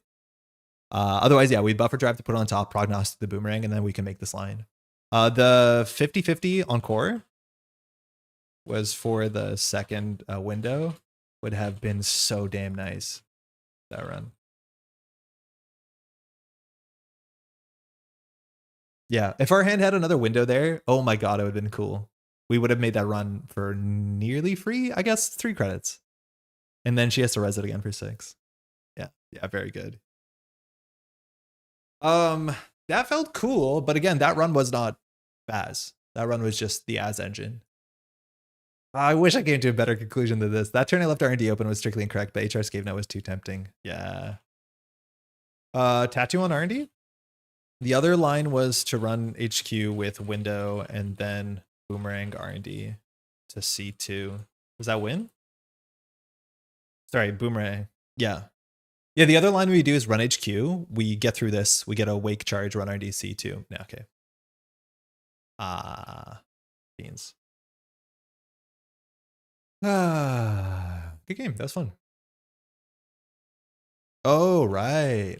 So she didn't even have it that turn because she didn't top deck the Seamless. Yeah, next time it's Ice Advance.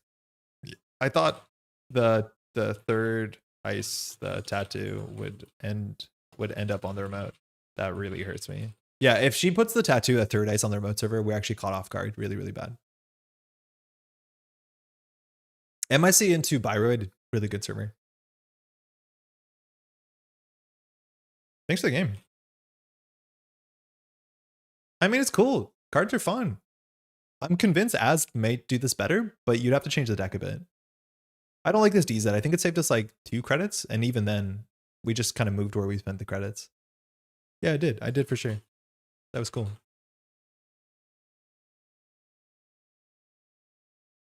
Hey, cheers. All right, let's do some news. It's already 10:20. Oof. Okay.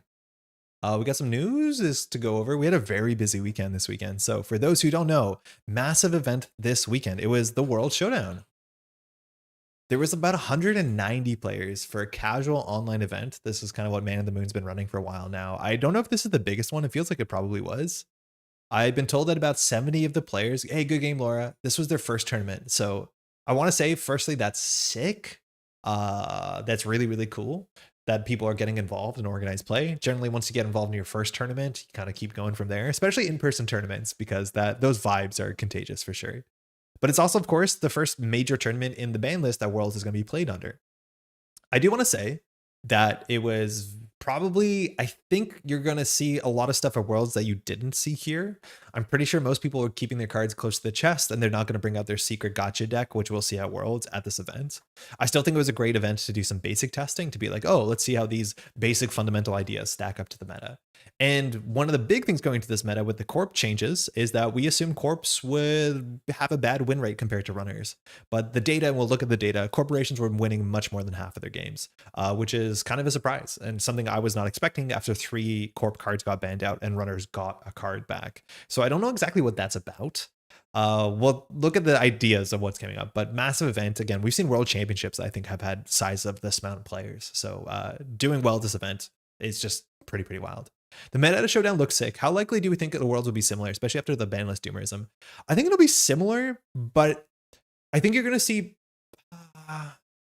I'm expecting that you'll see these like very focused differences where like it'll be like this testing group has found out this secret thing. And so all the players from testing group A are all playing this one identity. And all it takes is like one interaction, like one messed up, I don't know, RH deck that you hadn't seen coming. And then we eventually are in a meta where like, oh, it turns out Hollow Man and Oetic archives, like that's the game plan. And so you'll see pockets of that affecting the meta. I think inherently, because Worlds is the biggest Worlds we've seen in NSG land, with like 400 plus players, you're going to see a lot of averages. So if on average people are playing this much Sable, this much Hoshiko, this much Moosely Hot, this much Lat, I think you are going to see that reflected.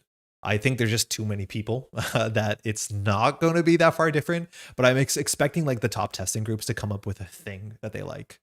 We'll look at the numbers to see what people think of that. There were some overperformers at this event, and I do think that people are going to try and address those overperformers either in strategy, but also in some of their deck choices, because people didn't know like how much assets we're going to expect. How dead is Alco actually? And so people cut card slots from their decks that actually were really impactful. It was the second largest online event ever, beaten only by COVID Worlds. Whoa, that's wild. For what is it, last year's Worlds Showdown and Worlds deck were pretty close with some evolutions. Banless Doomer's molding right now. I don't think molding. I think banless doomers are actually like happy to be wrong. Like it's the perfect camp. If you're upset about the ban list and it turns out that the ban list like is ass, you're like, yeah, I was right. But if you're upset about the ban list and then it turns out things are good, like you're kind of happy. It's like, unfortunately, the perfect camp to be in. I don't think I'm a banless doomer going into this. I'm surprised that corporations are winning as much as they are. But yeah, it's like kind of the perfect thing to do. Not gonna lie, Showdown makes me very excited for my very first Worlds. Yes, I do think the meta looks cool. I think you're in a good spot unless you're a big NBN fan. And NBN did do well at this event. The law of averages is why my actual game plan into LEO right now is snap, concede, and save the mental energy for other games I can win. Oh, I would disagree with that. I think snap conceding actually does mental damage, especially if you don't try. I don't know, maybe your deck has such a bad matchup. I can't imagine that. But I think if you're going to Worlds with a snap concede mindset into LEO, LEO is on track to be the most represented corporation at Worlds. So just watch out about the 40-minute timer, but I wouldn't recommend that. So let's look at some data here, okay? So we're looking at the Maker's Eye. Maker's Eye always has the front page with the biggest tournament. It has a little thing to click on. I think that's great. Last year's Worlds had at least 2 notable new corps, but I don't know how much innovation we can expect with a very limited card pool. Yes, the card pool is much smaller. So runner representation on the side. This is not super different than what we saw going into this event. Shaper is still, sorry, Criminal is still like half the field. That's probably going to shift a bit. I do expect Shaper to get a bit bigger. I think the players here that are playing Shaper, a lot of the high performing players were high performing players who loved Shaper and now have an excuse to play Shaper. I think that's going to swing back a bit. I'm not fully sure what people think about regular Hosh, because like Hosh is always pretty good. I think Seb had a fantastic event too, and Seb has quietly had one of the best numbers across the whole continental season. It's just certain folks don't want to play it, and I think the Seb matchups across the event, specifically when it comes to NBN, which that matchup was not really expected. That's a really messed up matchup. It's a very fascinating matchup because if you are tagged, Seb's text doesn't really work, and some of his cards don't work. Criminal, it's actually the same sort of effect that we saw at the last couple of events, where like, while Sable is the every person identity, Sable's win rate's actually not very good. And that sometimes happens with Hoshiko too, and I'll have to check if Hoshiko had the strong win rate, but this is not super surprising, and Moosely Hot is outperforming Sable. I don't know if that's only at upper tables or at all tables, but it is happening for sure. Oh, I don't want to shout out, probably we were putting the cart before the horse to some extent, but huge shout out to Axu, who streamed the majority of the event. When it got really late on Saturday, we did the stream on our channel. We did the showdown. You can watch it. All this stuff will be linked in the description. I was joined by Gio in commentary, who Gio has never done commentary before. I know I talk a lot, so it could be hard to get a word in edgewise. Hopefully everyone had a good time. But that is up. We have a couple rounds on the, they're good games on the end of Saturday. But if you want to watch the finals, all that is on Axu's channel. Of course, King's Court podcast just came out 2 days ago. And the gameplay is, I think he got the resolution right. I'm not sure what game this is, but it does have a forklift in it. All right, let's look at some stuff. I don't care about cut conversion. I don't think cut conversion matters. Why does cut conversion matter? It just shows it doesn't matter. All right, look at some win rates. Sable, no. Hoshiko, barely. The runner average win rate, I think we should know what that is. It should say here, right? Runner's 379 to 452. What's the average runner win rate if we do the numbers here? Calculator.com, 850 total results. 379 divided by 850. I guess that comes into draws. It's about 45%. Maybe the draws messed that up. But yeah, not great. But if that's 45%, in theory, Sable's good because he had above that. But the ones that are standing out is Moosey Hot doing really quite well. A lot of games. Seb doing quite well. Hey, Baz deck, 13 games with 69% win rate. Dao, 60% win rate. But out of the major things, I saw a lot of play, and they are grouped left to right. Most plays to least plays. Moosey Hot seems to be the deck to beat. And then I would say Seb. I think Lat also 51's not bad, and I think the Lat decks, a lot of them weren't teched into the matchup, into the meta, it seemed entirely correctly, but also doing really well. 55-45 is fine. Yeah, I don't mind. I think I'd rather have it that side of the meta than the other side of the meta. I like it when corps are winning more than runners for sure. This is the corp representation. LEO is now on top. This you saw barely sneak in at the end of Continentals. You see some top cut placements. And this is the first ever major tournament LEO has won. If LEO goes on to win Worlds, I wouldn't be super surprised. But I do think going into this event and going into Worlds, your deck has to have a way to beat LEO, and that's going to hurt LEO. Especially at the end of Continentals, LEO was not getting teched around. People were spending a lot of slots on like Alco and stuff like that, and Ob, and even, what's it called? Nebula. But yeah, this has a bigger target on it, so you're going to see a lot more people tech into that to some extent. Alco, still very well represented. It's also still doing really well. Oh my god, you still can't hurt Alco. 61% win rate is above average. That is exactly the win rate they had pre-Sting. So if you are a Sting Doomer, I still think there's Alco decks in there. We saw some false lead decks. I don't think we saw any of the false lead decks really pop off. Sorry, 1 second. I think it's cat medicine time. I'm going to be back in about 30 seconds. We just need to give Nanako the cat some antibiotics. I'll be back in a moment.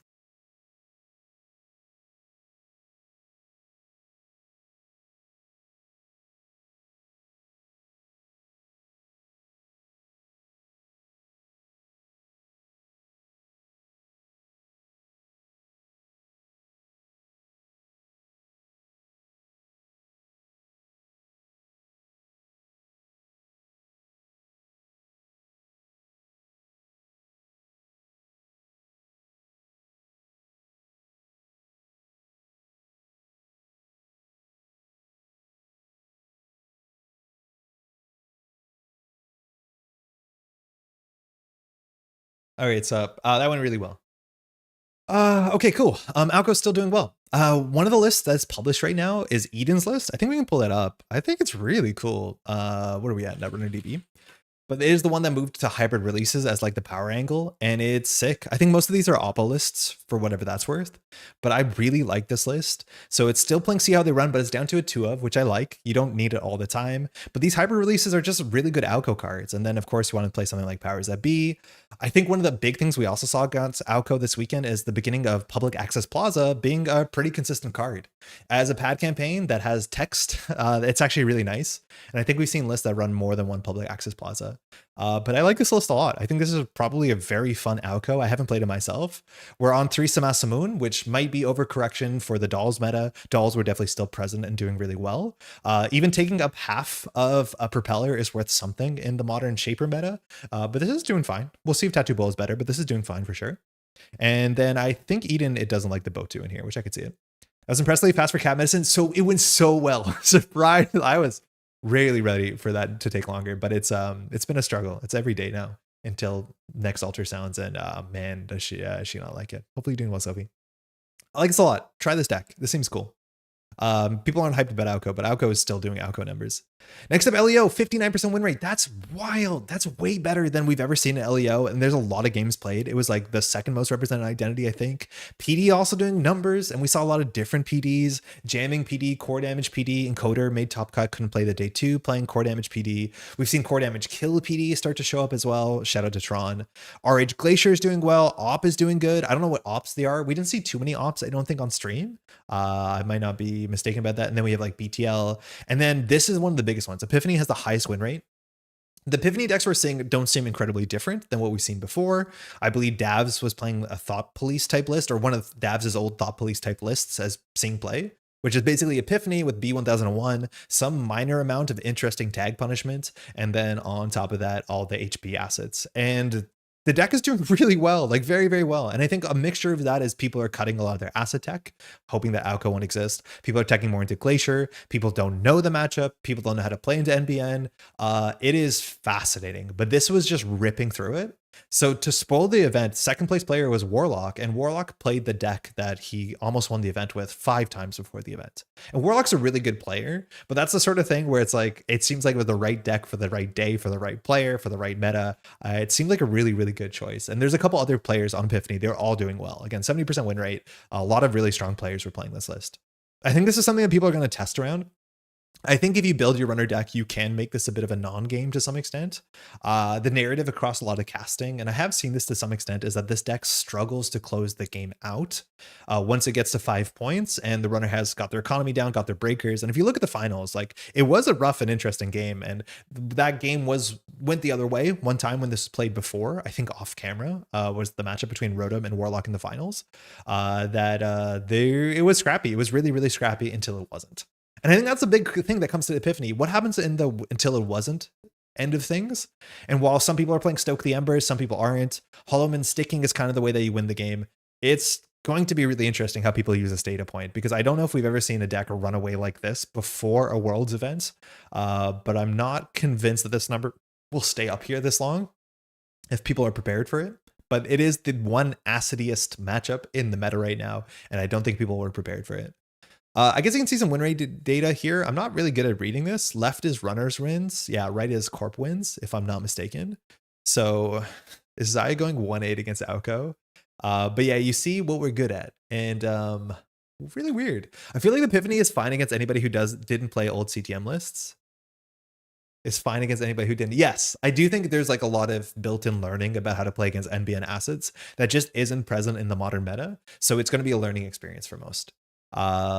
I'm not saying I'm going to do it perfectly. Of course I'm not, but it is definitely a matchup that you can disassemble if you know what pins to pull out at the right time. And getting to watch people improve over the next couple of weeks is going to be fascinating.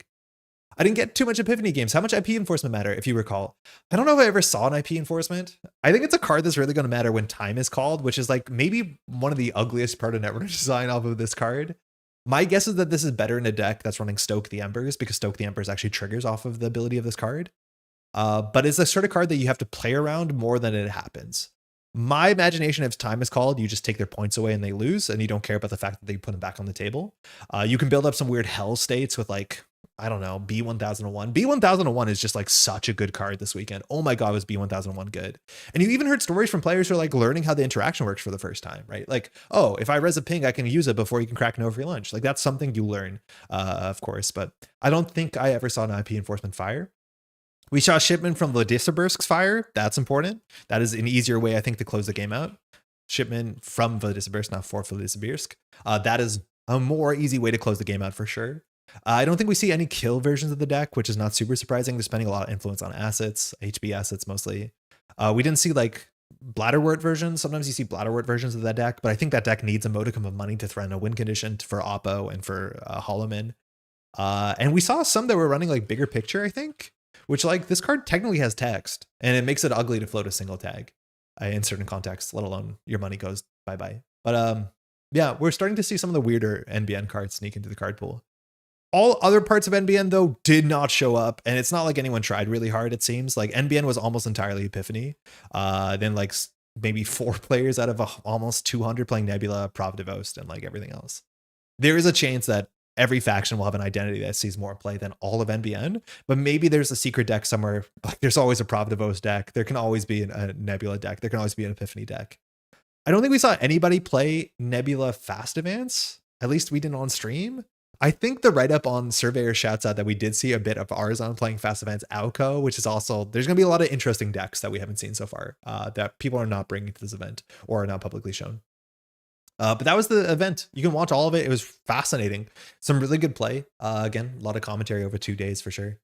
Ignoring the 60% Synapse win rate, I still believe there's a tier 1 Nebula deck floating in Jaina Casual right now. Ace Dwight, how's it going? We're gonna transition over to your name in a second. It played 5 games. Like I don't know what to say about it. Thunderbolt also 50% underneath average. GameNet 25. Let's go. Hey, there's Alex. How's your weekend, Alex?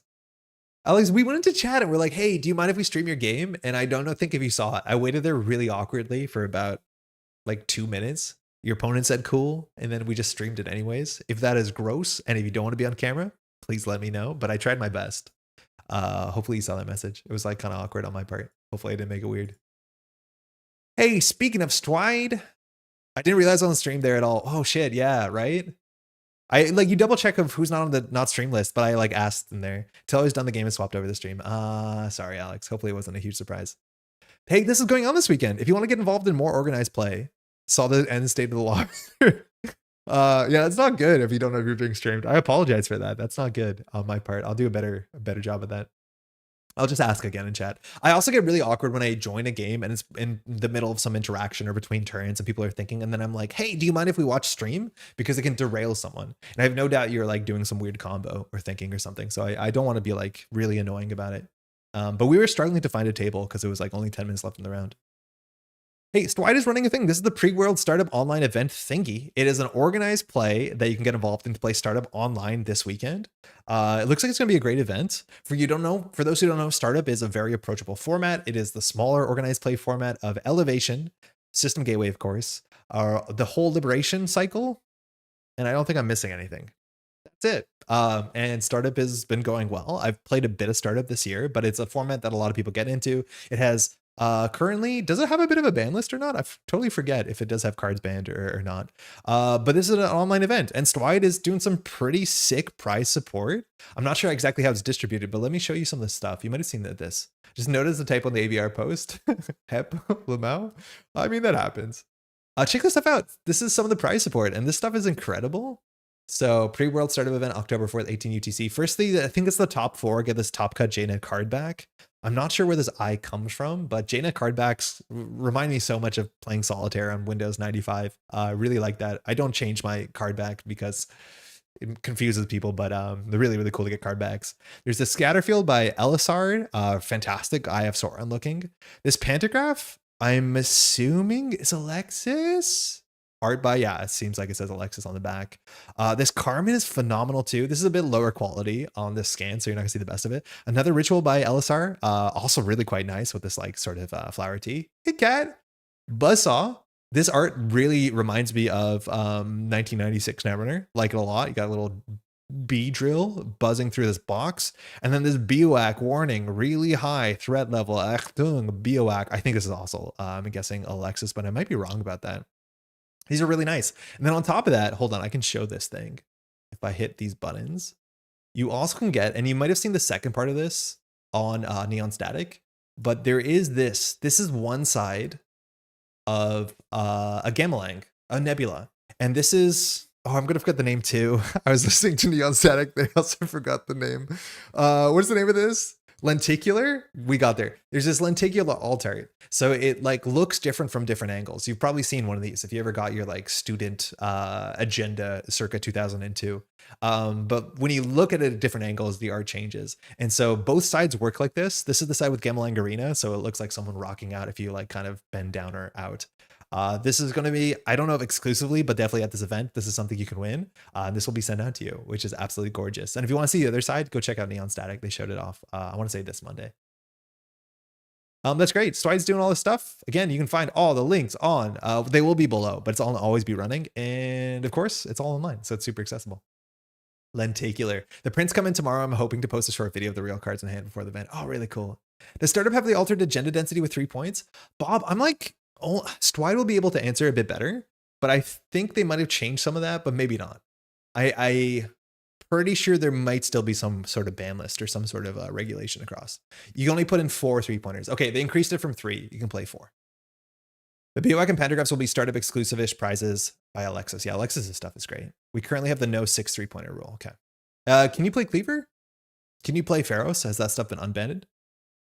I also want to shout out Rahi sent me a message. Rahi is the fantastic person that makes Cyberfeeder, which is the JNet plugin on Firefox that makes it very accessible.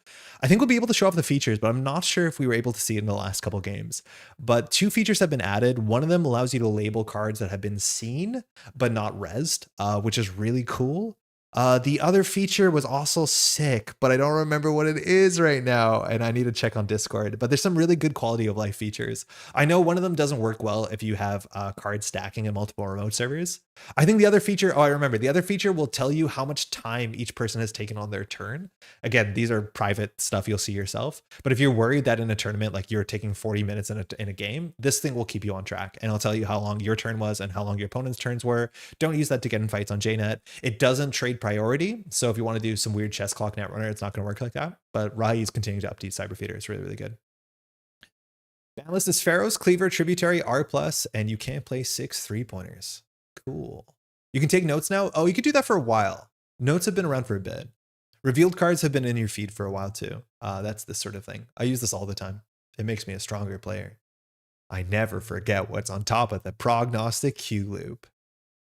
No, some of the games also did a distribution update. I haven't read this. They started messaging out for missing and overdue pricing. I need to respond, but you might have gotten an email talking about the stuff you're owed if you've been playing an organized play and don't have all your prize support.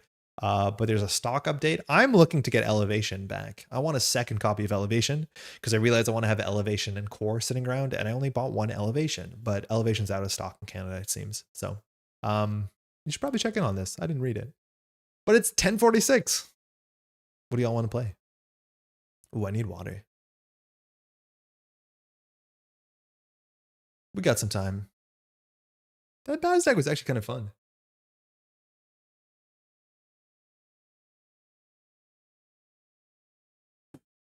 I don't think we shouted out Rotom enough. It's a shame that he cut Ansel out of his own deck, but like that's how it happens.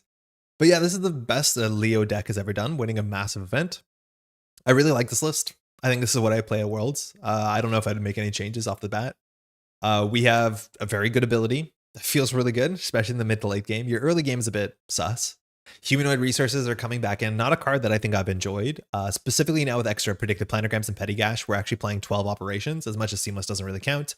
And having about 9 playable operations makes humanoid make sense. I think this was a struggle with early LEO lists. And I think some of the lists are playing predictive. I think I've seen Hansei's, I've seen others one influence splashes, but predictive makes a lot of sense. And there's some really clutch games on stream where predictive was like the game changer. But people are floating tags. This is really quite nice. And then everything else is relatively standard, as much as we're only playing 1 Anoetic instead of 2, and just hoping that we find one by the time it matters. Hagen's really good right now. It is annoying against dolls. 5 strength code gate, 5 strength with a relevant face check on a barrier is just good. If they only playing dolls, that's always does suck. Hedgeable is fine. I don't know if I love this, but I need to play a bit more. And double fly swatter is meta relevant. If you're playing against Audrey, Mulch, Botulus, there's a lot of things that this deals with. Shapers are still consistently playing Fermenter, and we're in a good spot for that. More Baz, of course. I'm like kind of interested in it. I just don't think I can build a better Baz deck faster. I miss Turing. Oh my god, Turing would be disgusting against dolls. For those who don't know Turing, there was like a series of these. Every faction had an ice that cared about being on a certain server. And HB's was just really, really good. And there were really good AI programs at the time that this was being played. So this is a 4 cost, 2 strength, end the run code gate. And then not only end the run unless the runner spent 3 clicks. So you can always face check first click. And I really like it when these like sort of hate cards have a way to play around them, because then you feel like both players have agency, as much as this is like not super feasible all the time. But it had +3 strength while protecting a remote server. So you got a very high value 5 strength code gate that could not be broken by AIs. Just the coolest. And then the theme about it not being able to be broken by AIs on Turing the card. All these cards were also named after founders or like people that were very important in their field of research. So shout out to Turing. There's so many folks in computer science that still do not have Netrunner cards named after them that definitely deserve it. Antoine's DAO deck looks slick. Yeah, Diogen wants that too. Maybe we'll do it. It's like, I'll talk about this a bit. Untested Garbo 21st. I didn't realize Antoine, you got so close to the cut. This is like kind of quintessentially the sort of Netrunner I don't think I like, especially for JNet Casual, because it does 2 things that I don't love. Firstly, it can make non-games out of nowhere. This is the sort of deck that I think I would enjoy more if my opponent knew what I was playing, because when they don't ice out HQ on turn 1 on JNet Casual, and then you transfer wealth them, and they go down to 0 credits, and you run the remote server and destroy everything, they weren't playing around it, so they can't play smart into it. So the data you're getting from that is not super relevant when you're also trying to win a top cut. That being said, if you do make it into a top cut and that's your goal because you're playing this, so be it. I also don't love playing decks where like a bit of information, if somebody plays against a teammate and the teammate tells someone else, oh, careful, Antoine's on transfer wealth DAO. Like that also makes me uncomfortable because then I'm trying to be cagey about my cards. But yeah, this is, again, a part of this I don't really love. Secondly, the sort of Devadatta approach, the sort of like girls approach of having as many ways to run R&D just to see a lot of cards. This deck is on Onacom, it's not on Hermes. I mean, that makes sense. We're on Transfer of Wealth. But this sort of like, I'm going to make slap shots on R&D and hope that R&D does the thing I need it to do is, again, the sort of Netrunner that I don't love. I love playing a bit more tactical. I love making a few important runs as opposed to like making these constant slap shots. As much as Devadatta is not exactly constant, it does run out. But we are Matryoshka. We have issues breaking certain kind of ice. We just can't break certain kind of ice, and that's fine. You don't need to break everything. But we have issues with a lot of ice that sing somewhat consistent play. Things like Hagen, things like Samak Samun, things like did I say Hammer yet? Those are not good, but you just have hopefully move them away with DAO. And because we're playing Beatrice and because we're playing Iru, we have a lot of different lines of an attack. So even if they put all the ice on central servers, we have another way to get them. I do want to shout out if this was published too. I'm assuming it was. Hold on, chat. I'll get back. Did Wenjong publish Wenjong's list? Wenjong was in the top cut, so I think you can find Wenjong's list because I think all the lists were published at some point. But Wenjong was also playing a Shaper lat in the top cut. That was a Hermes lat that was also running a couple of these cards like Beatrice and Devadatta drones. And that one seemed maybe a bit more interesting because it seemed like it could still play maybe fundamentals. I'm not 100% sure about this if it could or couldn't. I think Lovelace, arguably the first computer programmer, is still missing a card. And Lovelace is such a nice name for a card too. I 100% agree. Lovelace is definitely missing a card. Is there a resource that has card cycle themes gathered together like the chest breakers or the Grail Ice? Resources. Sort of. I think the strongest thing that comes to mind quickly is that we have the old identity cards. So in Ashes, we had 3 runner cards that all had the same theme, which were some of the most adored FFG identities. So the artist shows Kate McCaffrey, who was the original core set identity from old FFG FFG Netrunner. We have, of course, the class act, which shows Andromeda on a beach. And then we have the, what's it called? The Nihilist, who shows Noise. That one jumps to mind. Not 100% sure if there's any others like that, but it's not. There's often like sets of cards like that where you make a set of things, right? Like either mechanically or thematically. Yo, Wenjung, I didn't get it published yet. It's literally called Girls Lad internally. Yeah, there you go. I think your list shows up because it was on stream, so people can find it if they want to. I meant like a web page, not the card type resource. Oh, is there a resource that card cycle themes gathered together? No, not that I know of. I thought resource like resource. I think you understand why that confusion came up. But no, I don't think I know of a place where people compile that sort of stuff. There's a lot of like Netrunner lore that is just passed down orally at this point. Sorry, no, it's kind of funny. Cool, let's give it a shot. Coalescence, weird. I guess we have one. Why are we playing Coalescence? Because of rejig? Is it that good? Why are we playing 3 Coalescence in an Onicom list? This happened the week before too, with the other, I think it was Lunari's lat list. It's like Coalescence, especially also without with Simulchip. Like why? Is a click for 2 credits that good to set up your rejigs later? What am I missing? I feel like I'd rather just have these all be jailbreaks.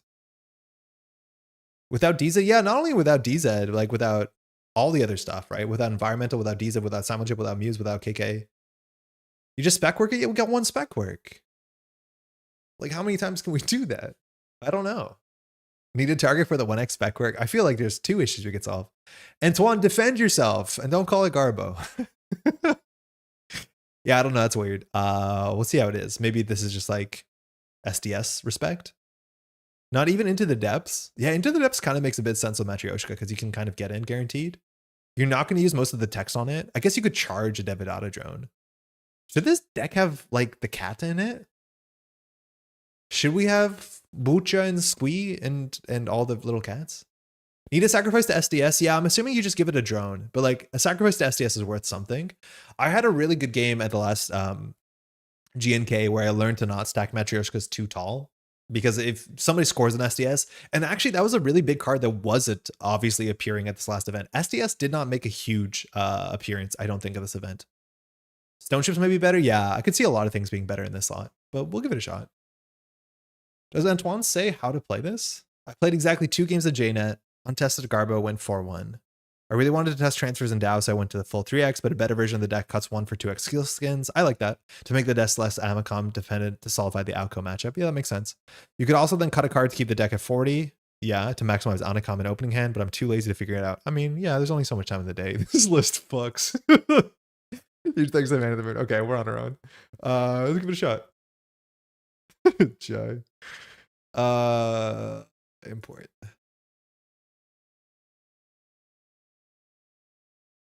Yo, have you seen this? Our JNet records for the last couple of weeks, we haven't lost a game, I don't think. Yeah, we're straight undefeated on JNet for the last like 8 games. Oh, the pressure is getting us now. We shouldn't have looked at that.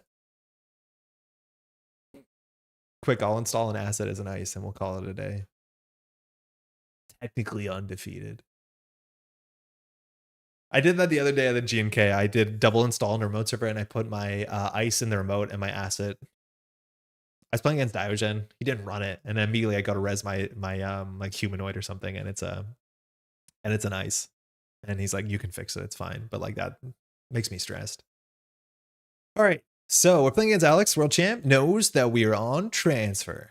We'll see how he uses that to his credit. I'm assuming he's gonna be playing fast advance outgo, which I honestly don't know what it can do. Yeah, Arizon really likes Sudden Commandment, which is probably a cracked card that's saying no play in the meta. But Sudden Commandment into like Kakarembo is like a thing that I'm pretty sure can happen in some of these decks. We'll see if he's on Alco or not.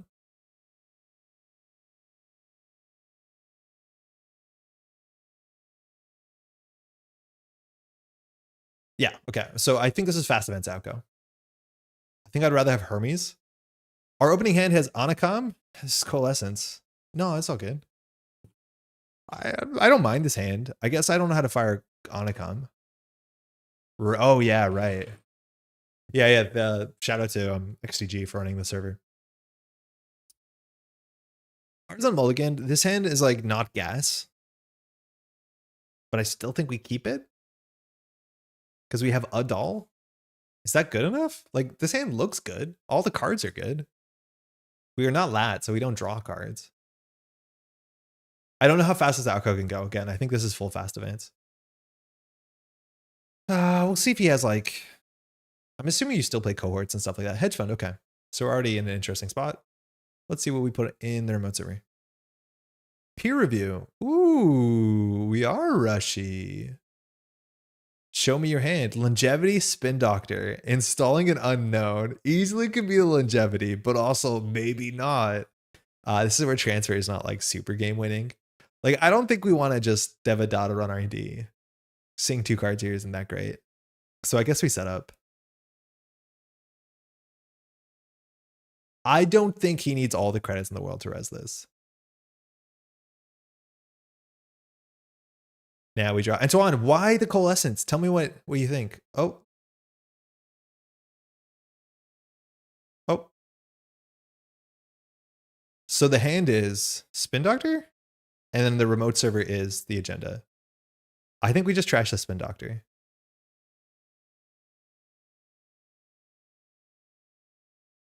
Go.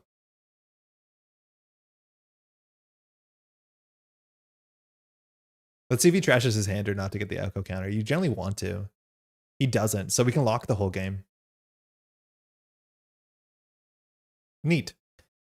Because we need more events that give money without needing to run a rejig, does that if we have a coal spec work and some draws. So you are actually just doing it so you can play rejig. Hedge fund, okay.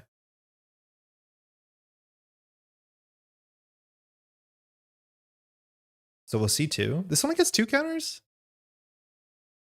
Cohort, don't want that to be drawn. Cohort, I guess you're drawing unknown cards. I don't feel good about that. Interesting. Do you ever just rejig your Devidatas though? Yeah, you can rejig the B sometimes. Hedge fund is the one known card. Ice on R&D, unknown in hand. Okay. We definitely need more events. Are we legally allowed to flip the tag? This is a click for 2. We can float the tag. No, we can't float the tag. Because of Iru. We just need to be able to deal with the remote server. So let's just get our money up. Because then we can do doll run. You float until you have to install a girl? Yeah, okay, that makes sense. We have the MU for this. Ice on HQ, ice in the remote server. Sorry, card in the remote server. So this deck is on just straight 3/2s. I don't think any of the 3/2s have text at this point that we care about. So let's go find an event. Okay, not exactly, but we'll get there. So now we can do Matryoshka creative. Get lat draw, just kidding. Okay. This easily could be a moon pool. Alco seems blank. Ice on archives. Okay. Let's just try and fire Onacom this turn. We've done it again. Oh, ice on archives is smart. This is threat 3. We're not there yet.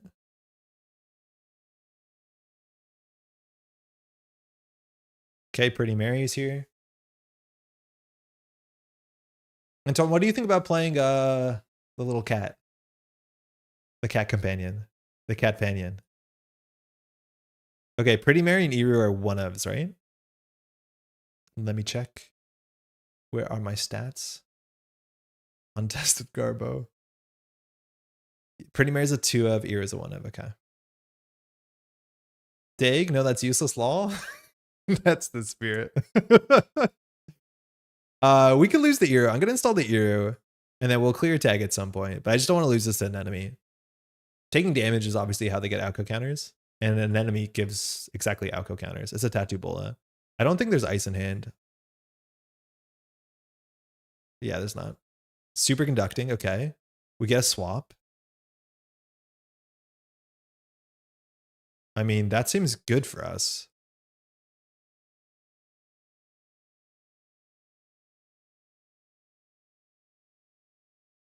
Yeah, that was a really good turn. Okay, Iru has text now.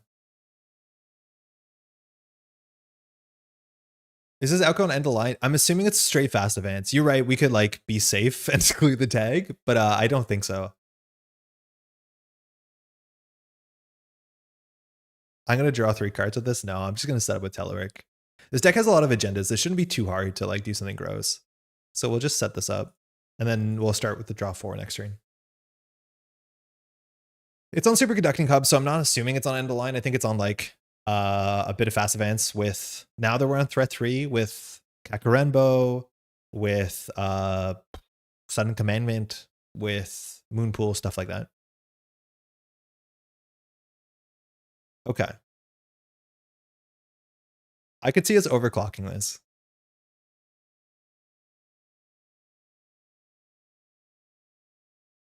Let's see what this is. This is Sumak. It's kind of annoying. Okay. We have no way to use this. Spin Doctor's gone, so just an overclock in the bin. That's fine. Probably prevented a res. We've already teleworked. We could creative here if we want to. Yo, Michael, how's it going? We could run HQ if we want to. There's a lot of cards in hand. Again, we have to play around this being expensive or being... I think I'll just creative. Or being an enemy. Because again, Alco hasn't fired once. It's very like Alex has a way to fast advance from hand. I don't know how bad it can be. I'm assuming there's some sort of tricks where you can score at least 3 points from hand, but I don't know exactly what it would be. I think Moonpool and the yellow card is the ones we have to care about. Sudden Commandment, Breakfast of Champions. Eggs.ca sponsoring this whole year of Netrunner, really. They've been getting away with it. Good old egg farmers of Canada. Okay, Tachibula probably has an ice by this point. It looks at the 7 cards over there. So now you can do advanced Moonpool. Okay, we're not. So maybe it's powers. We don't have Hermes. I think we can let some points through. How impactful is transfer? Transfer eats into our dolls. We also have to clear the tag. But if we transfers and ice is rezzed, I don't actually think it's that good for us. So we could do like Devadatta Iru. But again, I don't think we have the disruption. Oh, wait, we don't have MU. Oh, we can trash a coal, it's fine. I think the transfer might matter. We'll find out together. Hopefully no anemone. Scatterfield, okay. That's money. We'll break all of it. Probably hit an agenda here. Peer review, okay. Knowing this is in hand and not being played, and not that Alex needed the money, is actually really telling.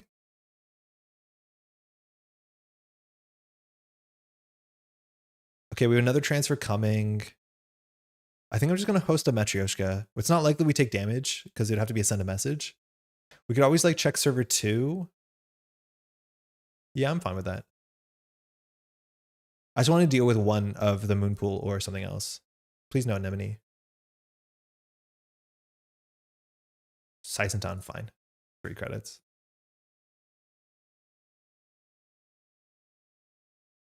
Hybrid, good. Swap. Oh, that's interesting. I think we do want to swap.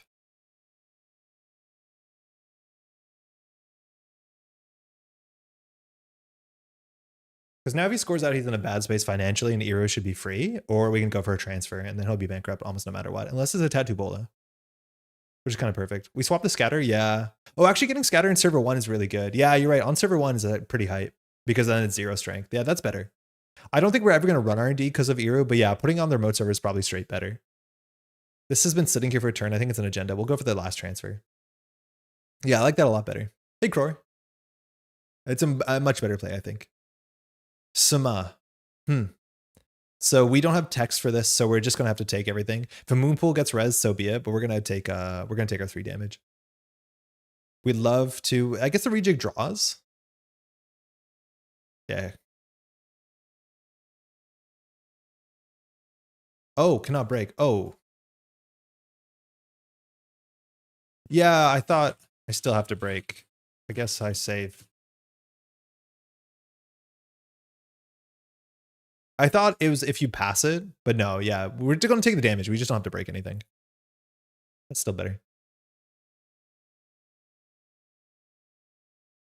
Just resetting the RNG. Fine. Ish. Don't die to anything. Notably, this damage, we suffered the damage. The damage wasn't dealt by the corporation, so Alco does not get a counter. There's a Moonpool. This will give an Alco counter. And so Sericulture Yugi went into R&D. We see the peer review again. This card has 2 advancements on it. We should just run this. Oh, fudge. Yeah, if we swap the Scatterfield with the Tattoo. Oh, no, but then this will be on HQ. Might be smart to have 1x Propel in the deck for Saman. Good cheap brown breaker. Yeah, 100%. I could see it. So 1 run on R&D could win the game. We could do Eero, remove the tag. I think we can let this agenda go through. We don't care. Guessing this is a scoring version since Scatterfield. Yeah, I think this is full fast advance. I think we'll Eero. Clear 2 tags. This in theory could be a Charlotte. Yeah, Eero to win. Yeah, I think so. So we'll do Eero first, then Devadatta, then Pretty. Yeah. Holy crap. Wait, this turn slaps so hard.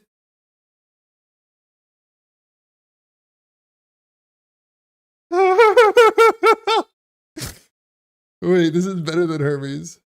Deva first? I don't think it mattered. You just don't want to do Pretty first. As long as you don't do Pretty first, you're fine. Because Pretty is the only one that doesn't do anything.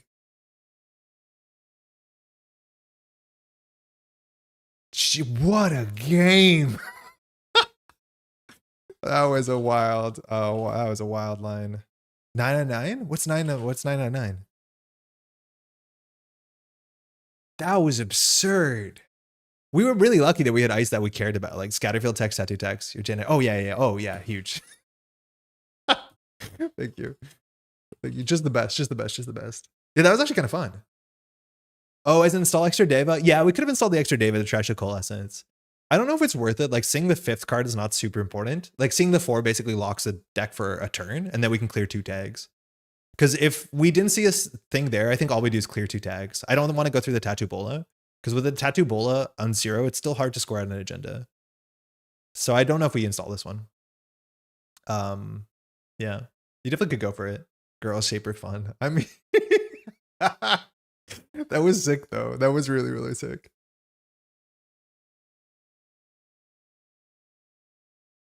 Hey, what's this box here about?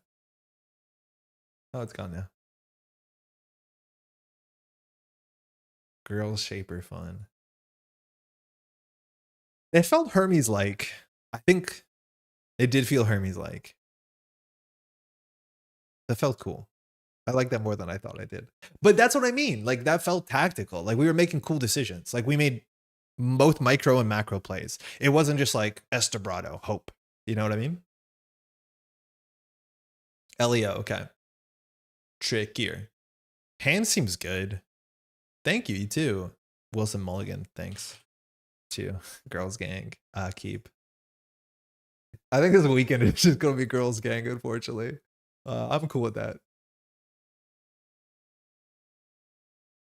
All right, Mulligan, build a remote. You should rename this to Untested Girls Bow. What do you think server 1 is? I don't think I always have a good read on Wilson. Like it looks like a Spin Doctor. I don't want to check a Spin Doctor. If it's not a Spin Doctor, it's like a weird disaster. But if it's a Spin Doctor, it's pretty good. Like maybe we don't ritual this turn. We like do lat stuff where we check server 1 and we just do like creative telework. I don't think we need to check, like we need to pop this up. I'm hoping it's a Spin Doctor. If it's anything else, we have to trash it. The Tranquility will trash it. Yeah, it's a Tranquility. It's fine. Okay, I'm glad that we did our thing. I don't think you should sacrifice a Tranquility like that. Especially with creative back, it's much easier for Shapers to recover from that sort of nonsense. Could be Spin, could be Trank Grid, yeah. Okay, on 6, it's a bit harder to face check. Okay, so if we run early, we get blown out by MIC. If we run late, it's not that bad, actually. You just click through one part of Braun. Oh, God, this hand is just money. Just money. I think we can run this now, see what happens. If it's an MIC, we just lose a click. If it's Braun, we can click 1. It's Braun. Okay, so I think we click 1 and leave them on 0 credits. And no ice install. Ice installs are really important. Our last click is not super good. We'll see if Wilson, like, again, we are a transfer deck. That is a thing we got going. This could easily be a second Tranquility, which maybe click for credit pause makes sense. Okay. The thing is, I don't want to transfer here because I can easily maybe duck this. This looks like it's probably humanoid. I'm assuming this is like probably Rotom's list. I don't need to pressure this. We can run R&D for free if we want to. Only if we have drones. No. Yeah, all right. I'll do the silly thing.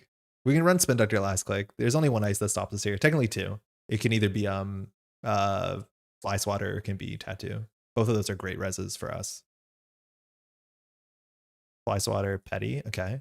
So we could run our Archives for a shuffle. I think if Wilson top decks a Fly Swatter, we're kind of upset. Run the server and click through. Yeah, you might be right. I don't think it's an agenda, but it's a humanoid. Petty Cash on the top makes the humanoid a fair bit better. I think we just creative. That might be wrong.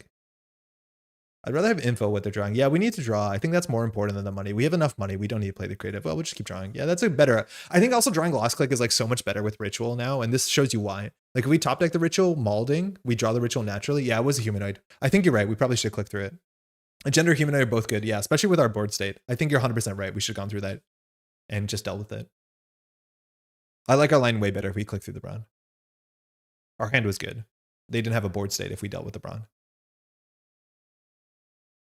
Okay. Yeah, I don't think it's a Trank because of the Spin Doctor, so it has to be a humanoid. Yeah. I really wish we took the humanoid. This turn is a bit different. Ooh, R&D ice. Okay. I still think there's an agenda in Archives. Mersha, we're gonna have to deal with sooner than later. Could be Managarm. I didn't consider challenging it this turn. I guess if they seamless it out, so be it. But I think if they had an agenda, they'd keep Mersha on it. So maybe it's a Trank. Hard to read. We need more card draw. We don't need more money. We could run Spin. It's like pretty low value.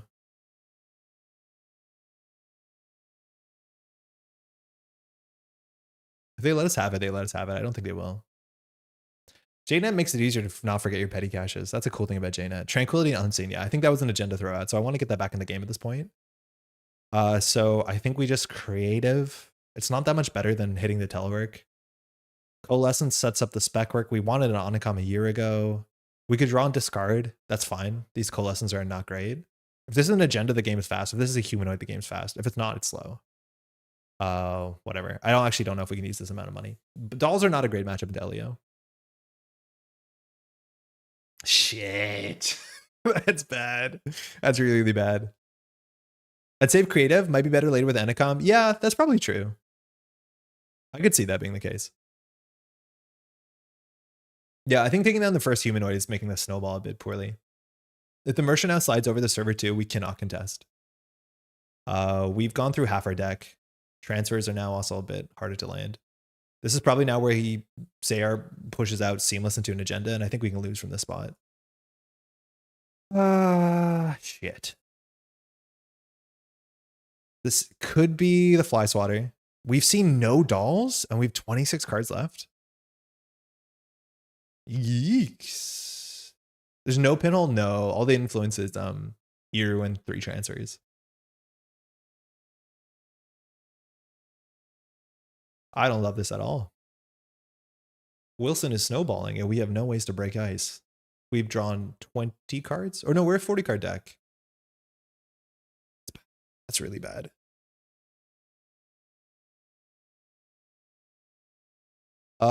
This, we have to really track better which one we think is the white space, or sorry, the Fly Swatter. I forget if we saw the Fly Swatter before or after. I think we saw it after, so this is probably the Fly Swatter. You have ways to click? Yeah, but we click it, we just get the Mersha. I don't think that's good for us.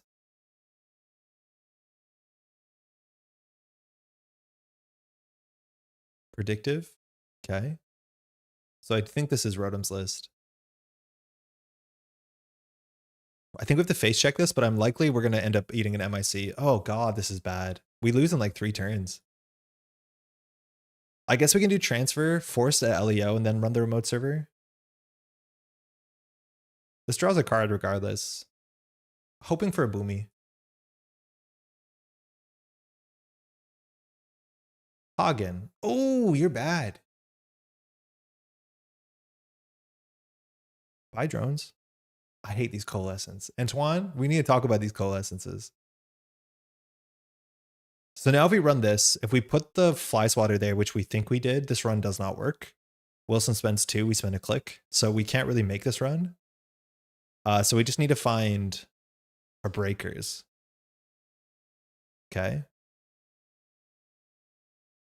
Ooh, okay. You're not supposed to draw all of them? I mean, okay. Nico. Oh, okay. So this is not exactly the list we think it is.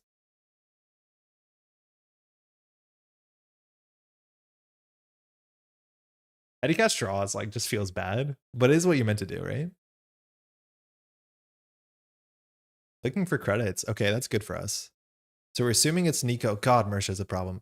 It's all about finding the Iru. Iru is going to upset the game. We do want to force ice reses just so we can like spread out the economy. We could face check this, but again, I do think we think that this is the fly swatter, so that's not going to work out, and we need to make sure we can break a single hog in. I do think you play 2 money events while holding those in hand before drawing Onacom. Yes. But these are 2 credits. Like, I don't know if we want to hold them or not.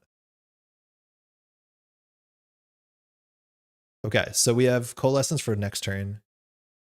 So I'm okay installing one now so we can do a rejig setup. And then we don't show that we have the second doll yet.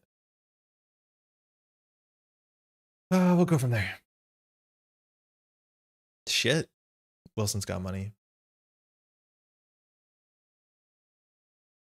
And dolls just cannot, like, literally cannot contest the remote server. Because you run through 3 ice, they LEO you, and then you can't run back. So every credit matters. You should play them and hold events for when you do the Anacom. You should probably, but like click for 2 versus click for 4 is pretty different. But yeah, drawing our Anacom late means we might have wanted to squirrel out our events for sure. I think there's some truth in that. Okay, Pretty Mary doesn't do nothing. Draw. We need Iru. Oh, damn, he's good.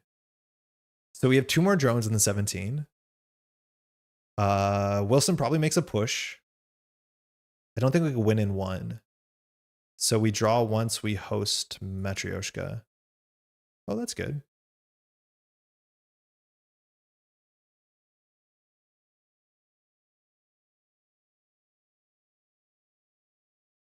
Maybe we wait for Iru to have text. Like more text. Because right now Pretty Mary doesn't do anything. Ugh. Yeah, that sucks. If Wilson's on game point, we're trying to win off of Iru. That's not a good spot to be. Keep the dupe Mary, you think? Over Cole? Oh yeah, I shouldn't have. If you're saying why, yeah, that's weird. This is definitely better than a dupe Mary. I don't expect this to get trashed. I didn't realize we had 2 Marys. Okay, so this is an agenda for next turn. We can force some credits off of this. We're assuming this is Banagarm into Tranquility into agenda. On average, our opponent spends like 8 credits resing. But if it's like Byroid into Hagen, we're in a bad spot.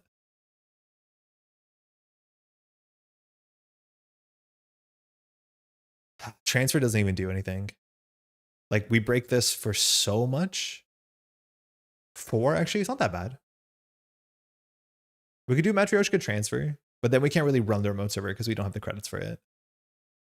Oh my god, we drew a second rejig and we threw out, yeah, oh my god, we threw out the coalescence instead of the Pretty Mary. That's a huge bungle. That's really, really bad. 5? We don't have to break the last one. Oh, we do. Never mind.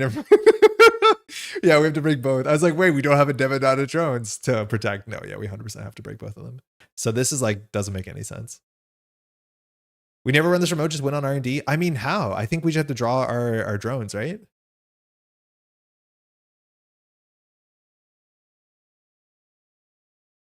Yeah, this Pretty Mary was so bad.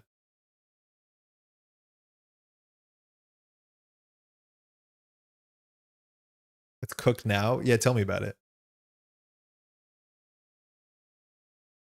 The thing is like, yeah, I guess we have to wait until they score out. Let's see if Wilson scores out and jams the next agenda. Looks like that's the case. Yeah. So we lose this turn. Do we think this is anoetic?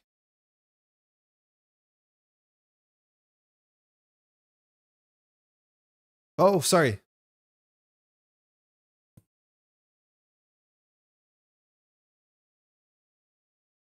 Thanks. Yeah. Okay. So we think this is a little code gate. Yo, Lunar, how's it going? So we could open up R&D. The thing is like opening up R&D doesn't really matter. Opening up transfer maybe matters a bit more. So maybe we could do this.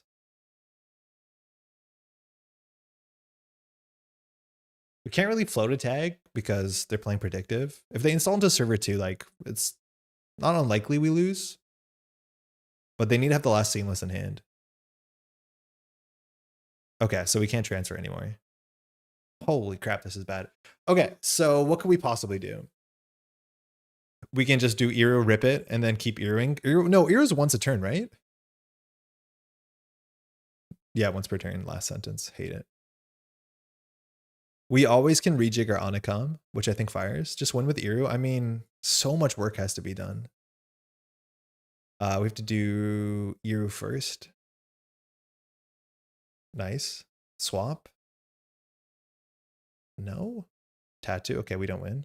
Top are 3 agendas.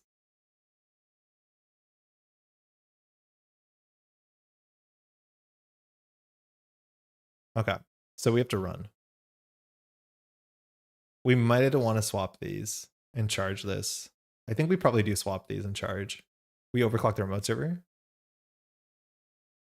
I think that's what we do. I think we actually do swap these and run. Hold on. That might not be in it. Oh, I saw another card. Can't do that. Yeah, we might have wanted to swap these and overclock because we know Hagen's a nightmare. It's very likely there's a buy road on here. We can't really successfully run HQ. This card has to be a seamless for us to lose the game, so it's not super likely. If our opponent has every single seamless, we lose.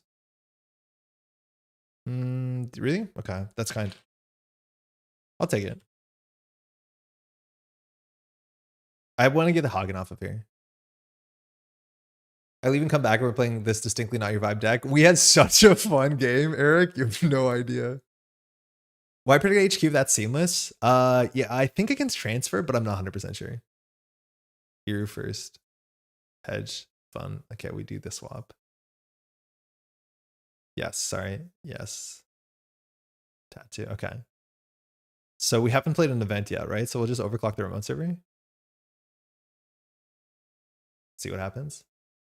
Does Eero rejig let you Eero again via rules? Technically it would, but very importantly, rejig only returns program or hardware. But anytime a card with a once per turn ability is uninstalled, trashed, reinstalled, the game doesn't check for that instance of that card. It just knows that card that hits the table. So for instance, Stargate says once per turn, you can trash a Stargate, simulchip that same Stargate back and use its once per turn once again. We only have 3 dolls. I didn't really think this through. So the question fails, but functionally what you're saying is correct. Yes. It doesn't know that this is the same instance of Eero if it ever enters your hand.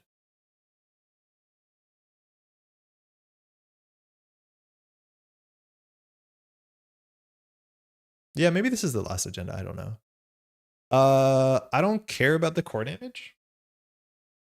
We can't let the first subroutine fire. So I guess we're going to start spending some credits. We broke all. Oh, wait, hold on.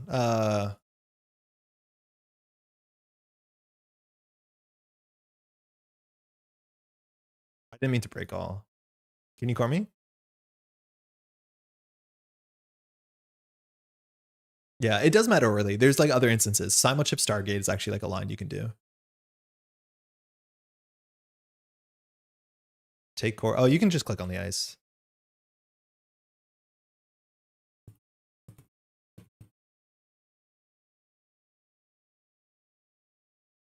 Take core works on yourself. Oh, I have to do it. Oh, okay.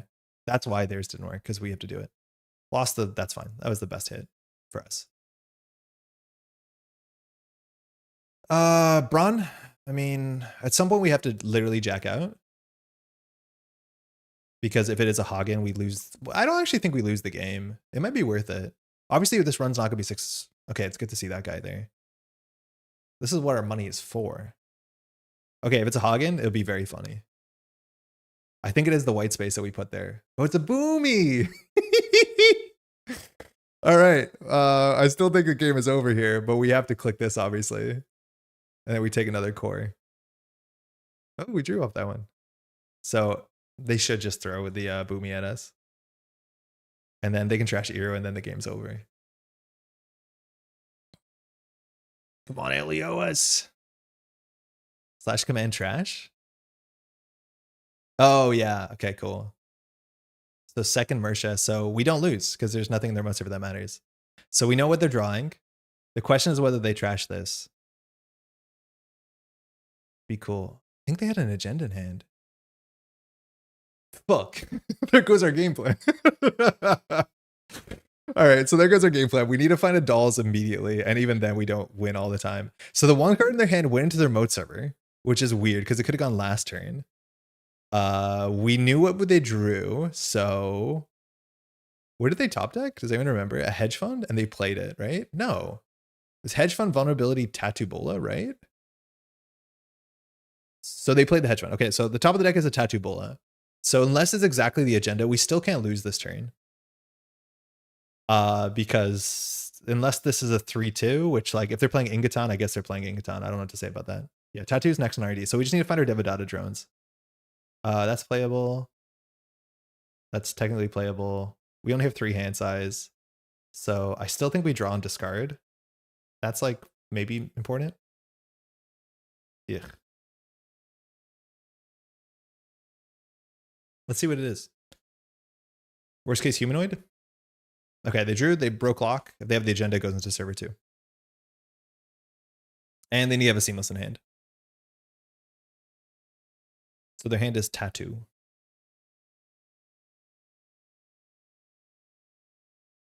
Can we just, no, we can't run it because of LEO. Draw 4. Oh yeah, right, Beatrice. That's like a fun thing. So we do Devadata overclock.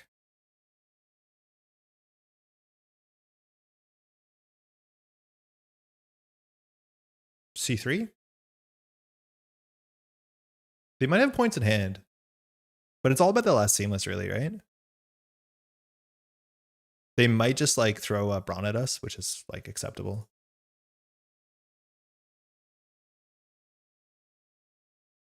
Ooh, they didn't. Trank, they can draw that. I don't think we want them to draw that. That's good. We have to do the swap first. So if we could take all the Byroids off the server, that'd be fine for us. We can't really. So I think we can just put a Hagen on this server. So they have less ways to LEO us. They could still win next turn. So now if we run back, we can see 2 new cards. That could be the game. Let's see what they got. This looks like a tier, right? What is this? They didn't res the last time. Is this a tier?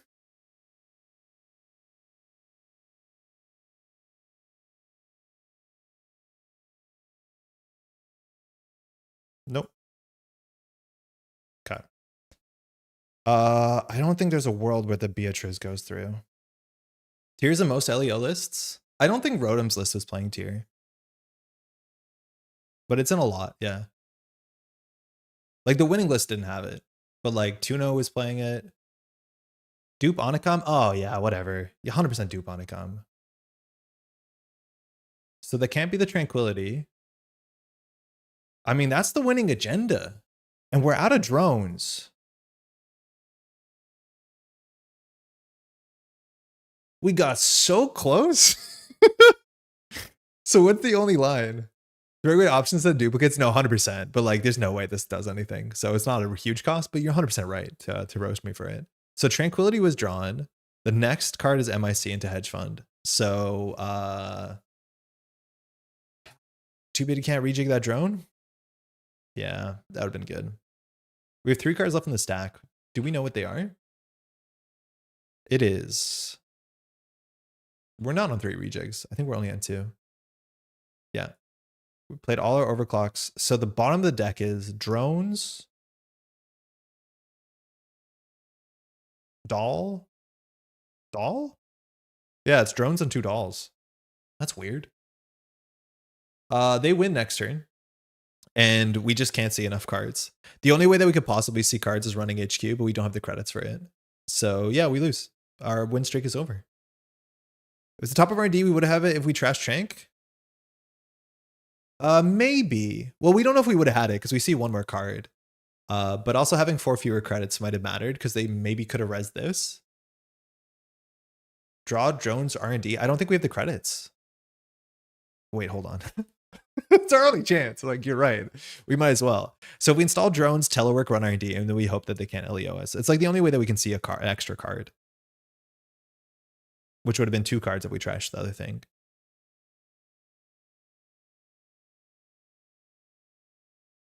Like, this is the only way we see a card.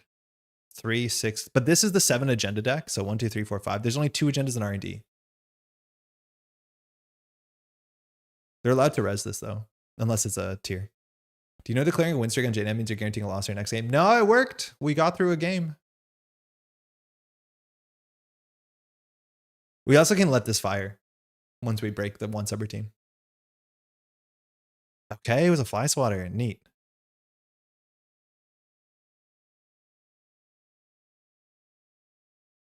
I hit the worst. You can't? Oh, because they trashed the drones. They could mess up. They could mess up, but yeah, we need to protect the drones. Imagine. No.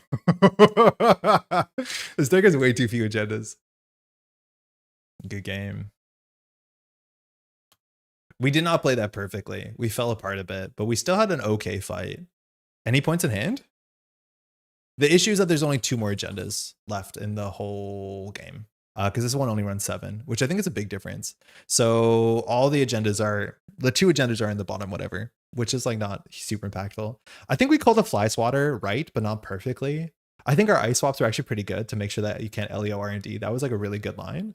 But yeah, it did not get there. We drew really ugly, and I think our setup on our draw was bad. Oh, we have a jailbreak. Oh, that's cool. That's the last card. 1, 2, 3, 4, 5, 6. Yeah. It's a jailbreak. That was also a really good top deck instead of the drones. It was actually better in some ways. Yeah, I think we played that early game pretty poorly where we could have optimized Anacom draws. Thanks for the game. And we could have done a bit more gas. We threw out the wrong duplicates at like multiple times, which I'm going to blame on fatigue, but I don't think it actually cost us anything. The rejig cost us something. Hey, choose. All right, let's do one more. Runner. I think we almost ate it into the Hagen. I don't think I was ready to pay that many credits. I was like, let's go for a cheeky little run. It hurt. Not clicking the browns as well. Yeah. The humanoid trash. I forgot that was the same game. The humanoid trash was like game defining. I think if we click the brown and trash the humanoid, we'd be fine. I think we're getting a ghost in here. Hey, ghost.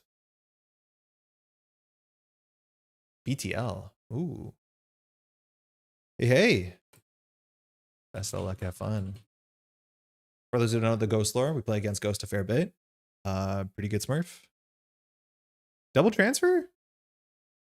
I mean, I don't love it, I don't think.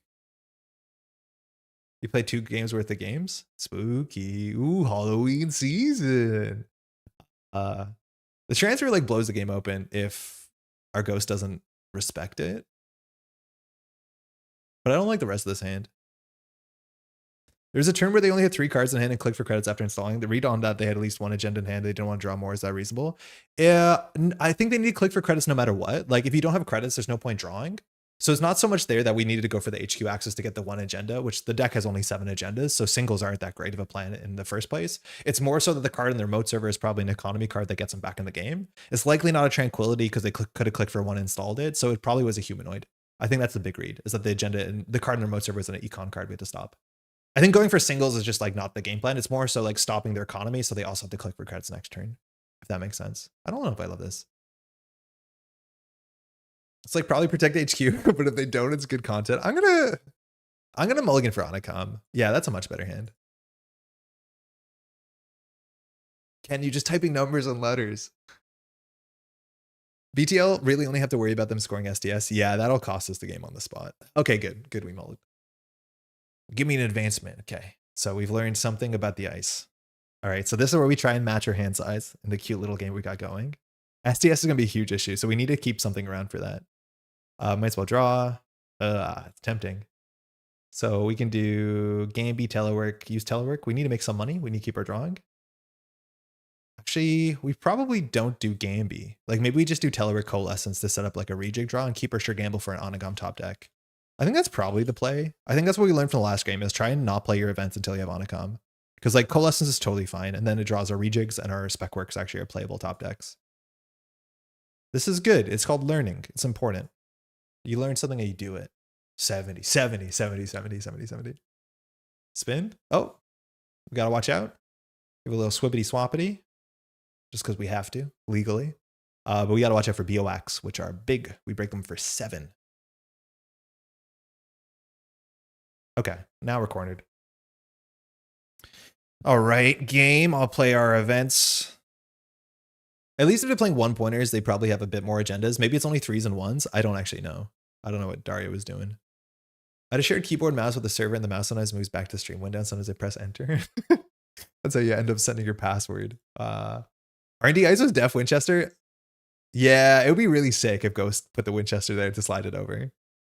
I mean, this could be a Winchester now.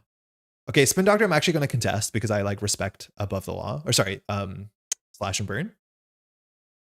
I think we have the time to do it. And then we can do a Matryoshka into Spin Doctor. I don't know if our Ghost knows that we're on dolls. I kind of want to hide it, but okay. We also have to keep our money up to play around measured as like good citizens. So we can do Matryoshka telework. This might force the double ice here, and then we can do Matryoshka transfer run.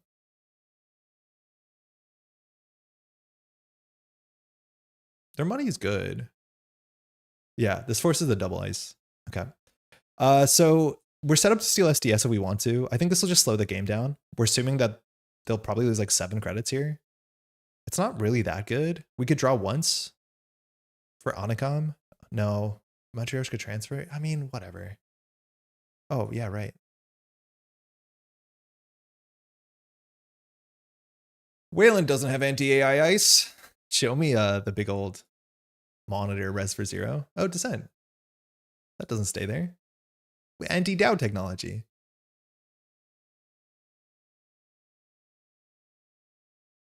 Okay, good to know.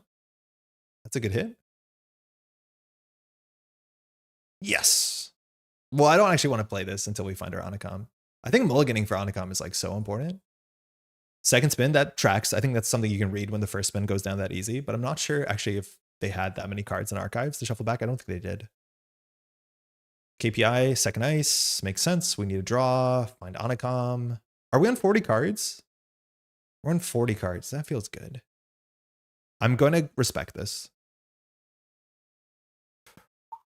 This was advanced manually. Oh no, it was KPI advanced. So what is this, Messney? Yeah, they had 0 in archives, yeah. They had nothing. So this Spin Doctor maybe doesn't go down. We can draw once. Do not like this deck if it does not draw as Onagam. I think you maybe play Nukas in this list. I can't tell. But I think we have a jailbreak pretty line at some point, and then we move the Descent to the remote server. So let's just keep getting money. I'm going to keep the sure gamble and play the worst click. We need to draw more.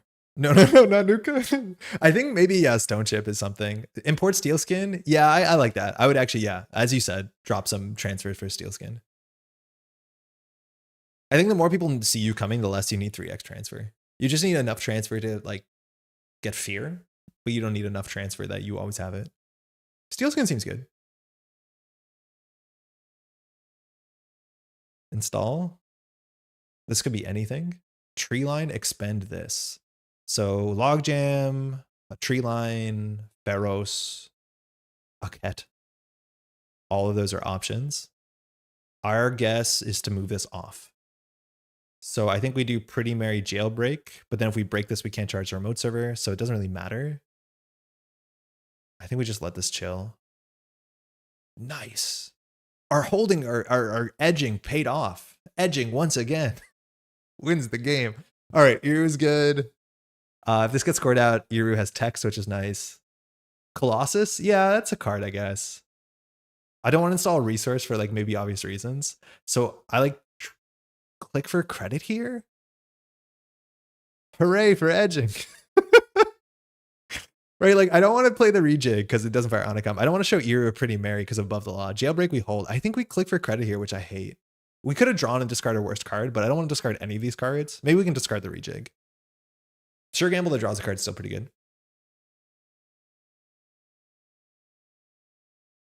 So it's not a wall to wall. It's not a thing. Oh, double advance. So that we have to shit. How do we not lose to this? Hey y'all, it's an SDS. How do we not just lose on the spot? Do we ever rejig our magic? I'm just going to bring it back in hand. Do we ever just bring this back to hand to protect it? Because like this looks like an SDS. It could be a Basalt, I guess. Just install another Matryoshka. I mean, yeah, if we lose 2, it's not the end of the world. If it scores that out, I think we just... maybe we use it. Maybe we do Pretty Mary. You have 4 other dolls? Yeah, I do. Yeah, let's just do Pretty Mary jailbreak and see what happens. I don't think it's above the law. Can they res all the ice on 8 credits? They only have to res 2. And if it's a Maskarovka that drops them down to 5, like maybe? Yeah, maybe we just run it and force some money. I think I'd be fine with that. But as soon as the first ice gets res and we go through it, we have to jack out, right? Because it could be a Stavka in theory. We know these are advanceable, so it'd have to be a Colossus. Yeah, I guess we do run and force a res. Like, I don't think I respect Colossus here. This is the only ice we're scared of.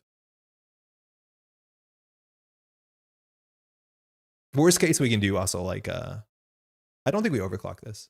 Yeah, most of the ice is 3 to 4 credits, that's for sure. Biowak can be the outer? Oh yeah. Hey, there's Biowak. And we're further away from threat. Okay, so I'm not going to break all of this. Maybe we should have overclocked. So we're only going to break the first 2 because we're not going to keep going further. Because I don't think we're one of the six credits on the mess. Maybe we actually keep going. Yeah, that's a bad face check for sure. Because what is this likely? This is likely a logjam, which is res for 4. That actually is some money. Like maybe we should just keep going. 1 more credit doesn't really cost much. Second is resource. Yeah, but it's our opponent's choice. So they'll just end the run. Oh, you're right. We could save 1 credit. You're right. It's either 3 or 1. Because we want to protect the program no matter what. The question is, do we want to spend 2 more to keep going? Yo, Alec, how's it going? What's the blowout here? Like Stavka. Yeah, you're right. If we pay 1, we can stop. This was res for free, which is not kind of our goal. If this is a Messney, I think we keep going. We'll spend 3. We could easily spend 1 and let's see if we get punished for this. I wish we overclocked this in hindsight. But it's good to know where this thing is.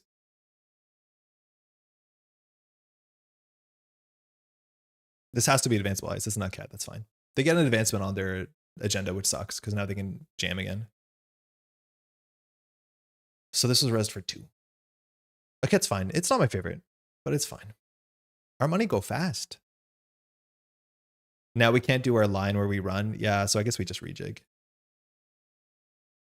Install our 3rd doll. You think what I'm thinking?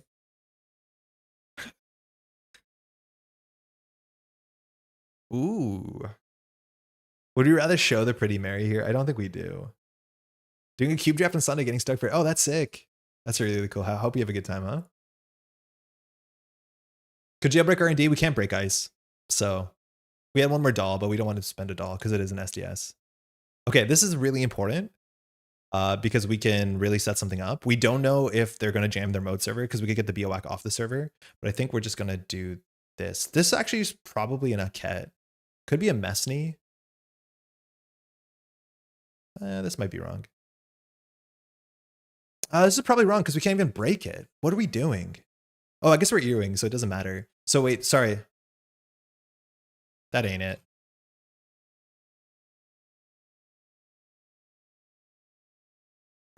Huge. I saw that. Yeah, I think we need to get our garbage on the remote server. And we just put Biowak on HQ. Because I don't think we run HQ again. Yeah, we're going to earring from now because we're back on 3. Okay. So we can do Iru, Pretty Mary, Iru, but we don't play Anakom. I think that's fine. Those are Friendly Ghost, yeah. This easily could be unresable. I'm assuming this is a logjam, which is 6.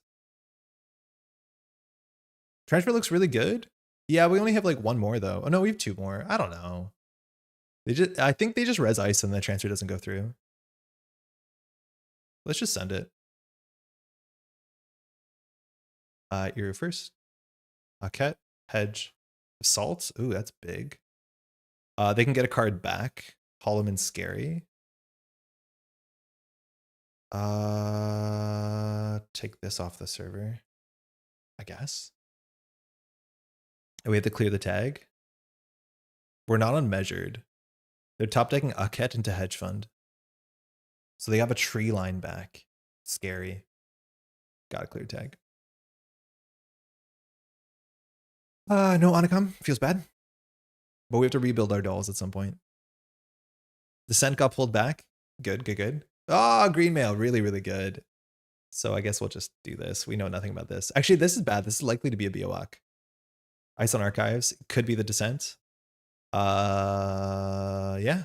So hedge fund is top deck. I feel like I made a mess out of this. That wasn't great. Okay, that's our Onacom trigger. We can start rebuilding. We can continue rebuilding. Good. Good. We're in a good spot. If they check the tree line on Archives, I think it's a Descent on Archives. I don't know if whether force resing it actually matters. Single advance. My guess is that's a Charlotte, because if it wasn't a winning agenda, I think you double advance it, unless this is seamless. But a hedge fund in hand was not played.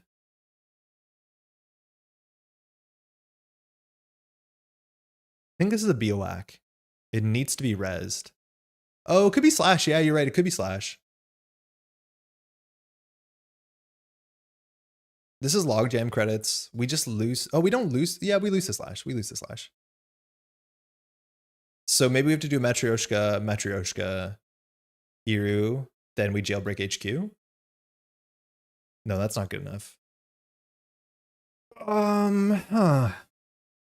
The ice swapping puzzle is actually like legitimately tricky.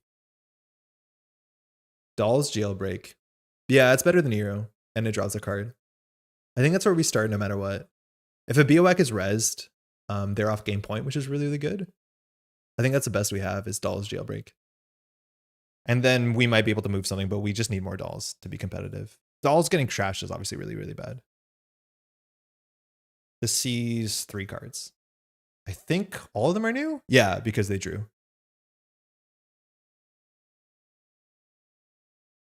Oh, it's a Descent.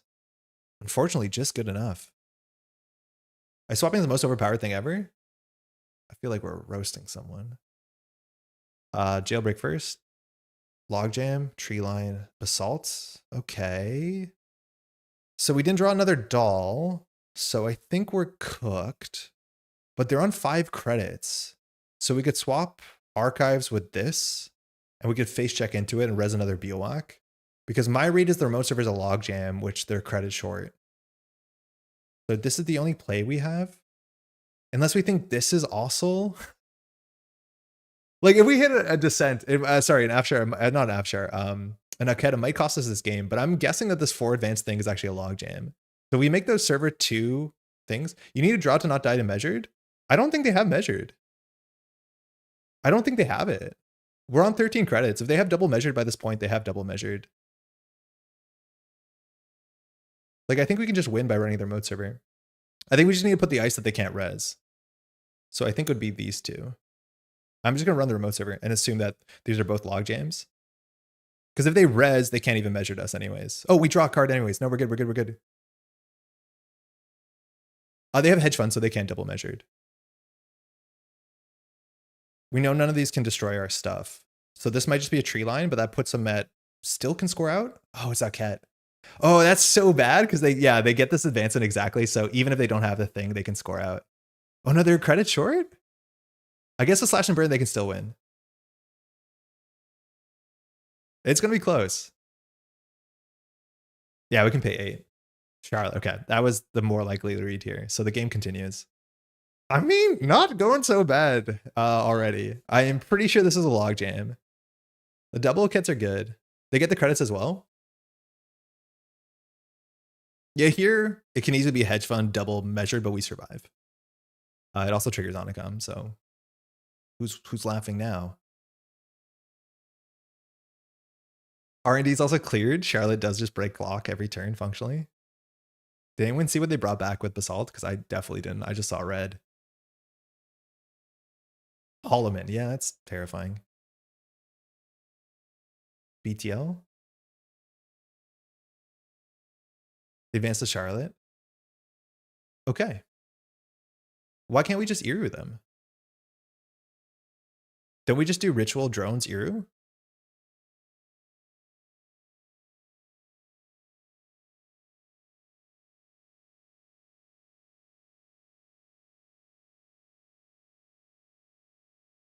Yeah. Yes. I guess we are skirting around death. Iru, Deva, BAU. Yeah, good game. Poof. We felt good. Thanks for the game. That felt okay. Like the SDS emotionally doesn't feel good. Winchester. Ow. Honestly, kind of sick. Kind of sick. We didn't see a single measured. There's a chance that they're not a measured. I'd be kind of surprised because it's like not that hard, but we didn't see a single measured. So it's not there. If there's like one measured in archives, the basalts get a bit scary, but we're just touching cards. And we have this pressure server, we have this pressure server. HQ, we like made the server where we put all the big stuff, like the magnet. But yeah. They have to set up Hollowman and an unadvanced card, which at this point we might have enough drones to actually charge remote server. Because we do have a lot of money left in the deck, I think. Yeah, we have a lot of money left in the deck. Motions vaguely towards archives or stack. If it was an agenda and the Ket would have done it, I mean, it's +1 credit and advance. Yeah, it was perfect. If this was the agenda, the 5-3, this goes on there and there's a credit back. So it's super, super easy. But it did not look like an agenda. If it was an agenda, I think they would go out of the way to double advance and not count on the slash and burn. Like their last click wasn't super important unless they top deck the agenda, but they didn't because we knew the card. This deck has 2 types of B. These drums are good. I wonder what it's going to take for these to show up in like a criminal list, like a Xyz list. But I think the answer is more MU. And I don't know what it's going to take to see more MU in criminal. Oh, that was good. It's Thursday. I'm gonna have to watch VOD. Jello, we had a good game. We had a good night. It was a good night of games. We got to play Baz and we got to play DAO, and all of them kind of were really fun. As much as like we played multiple Baz games where the ability fired 0 times. Sick. And it's like just before midnight, so we get it to end the stream before the magic wears off, and I turn back to a pumpkin. Hey, thanks so much to all these names here and more that support the Métropole Grid, so we can do stuff like this and streams and content. We were streaming on the weekend, mind you. We'll be back next Thursday. We might do some more streams between now and then because Worlds is coming in like 14 days, about 14 days, which is pretty wild. Are you streaming next week? Yeah, totally. We're not leaving until next Wednesday. So the last stream will be not the days before Worlds because I'll be in Scotland, which is quite nice. I'll be in the UK for the next stream. You and I both. Hey Lunari, thank you so much.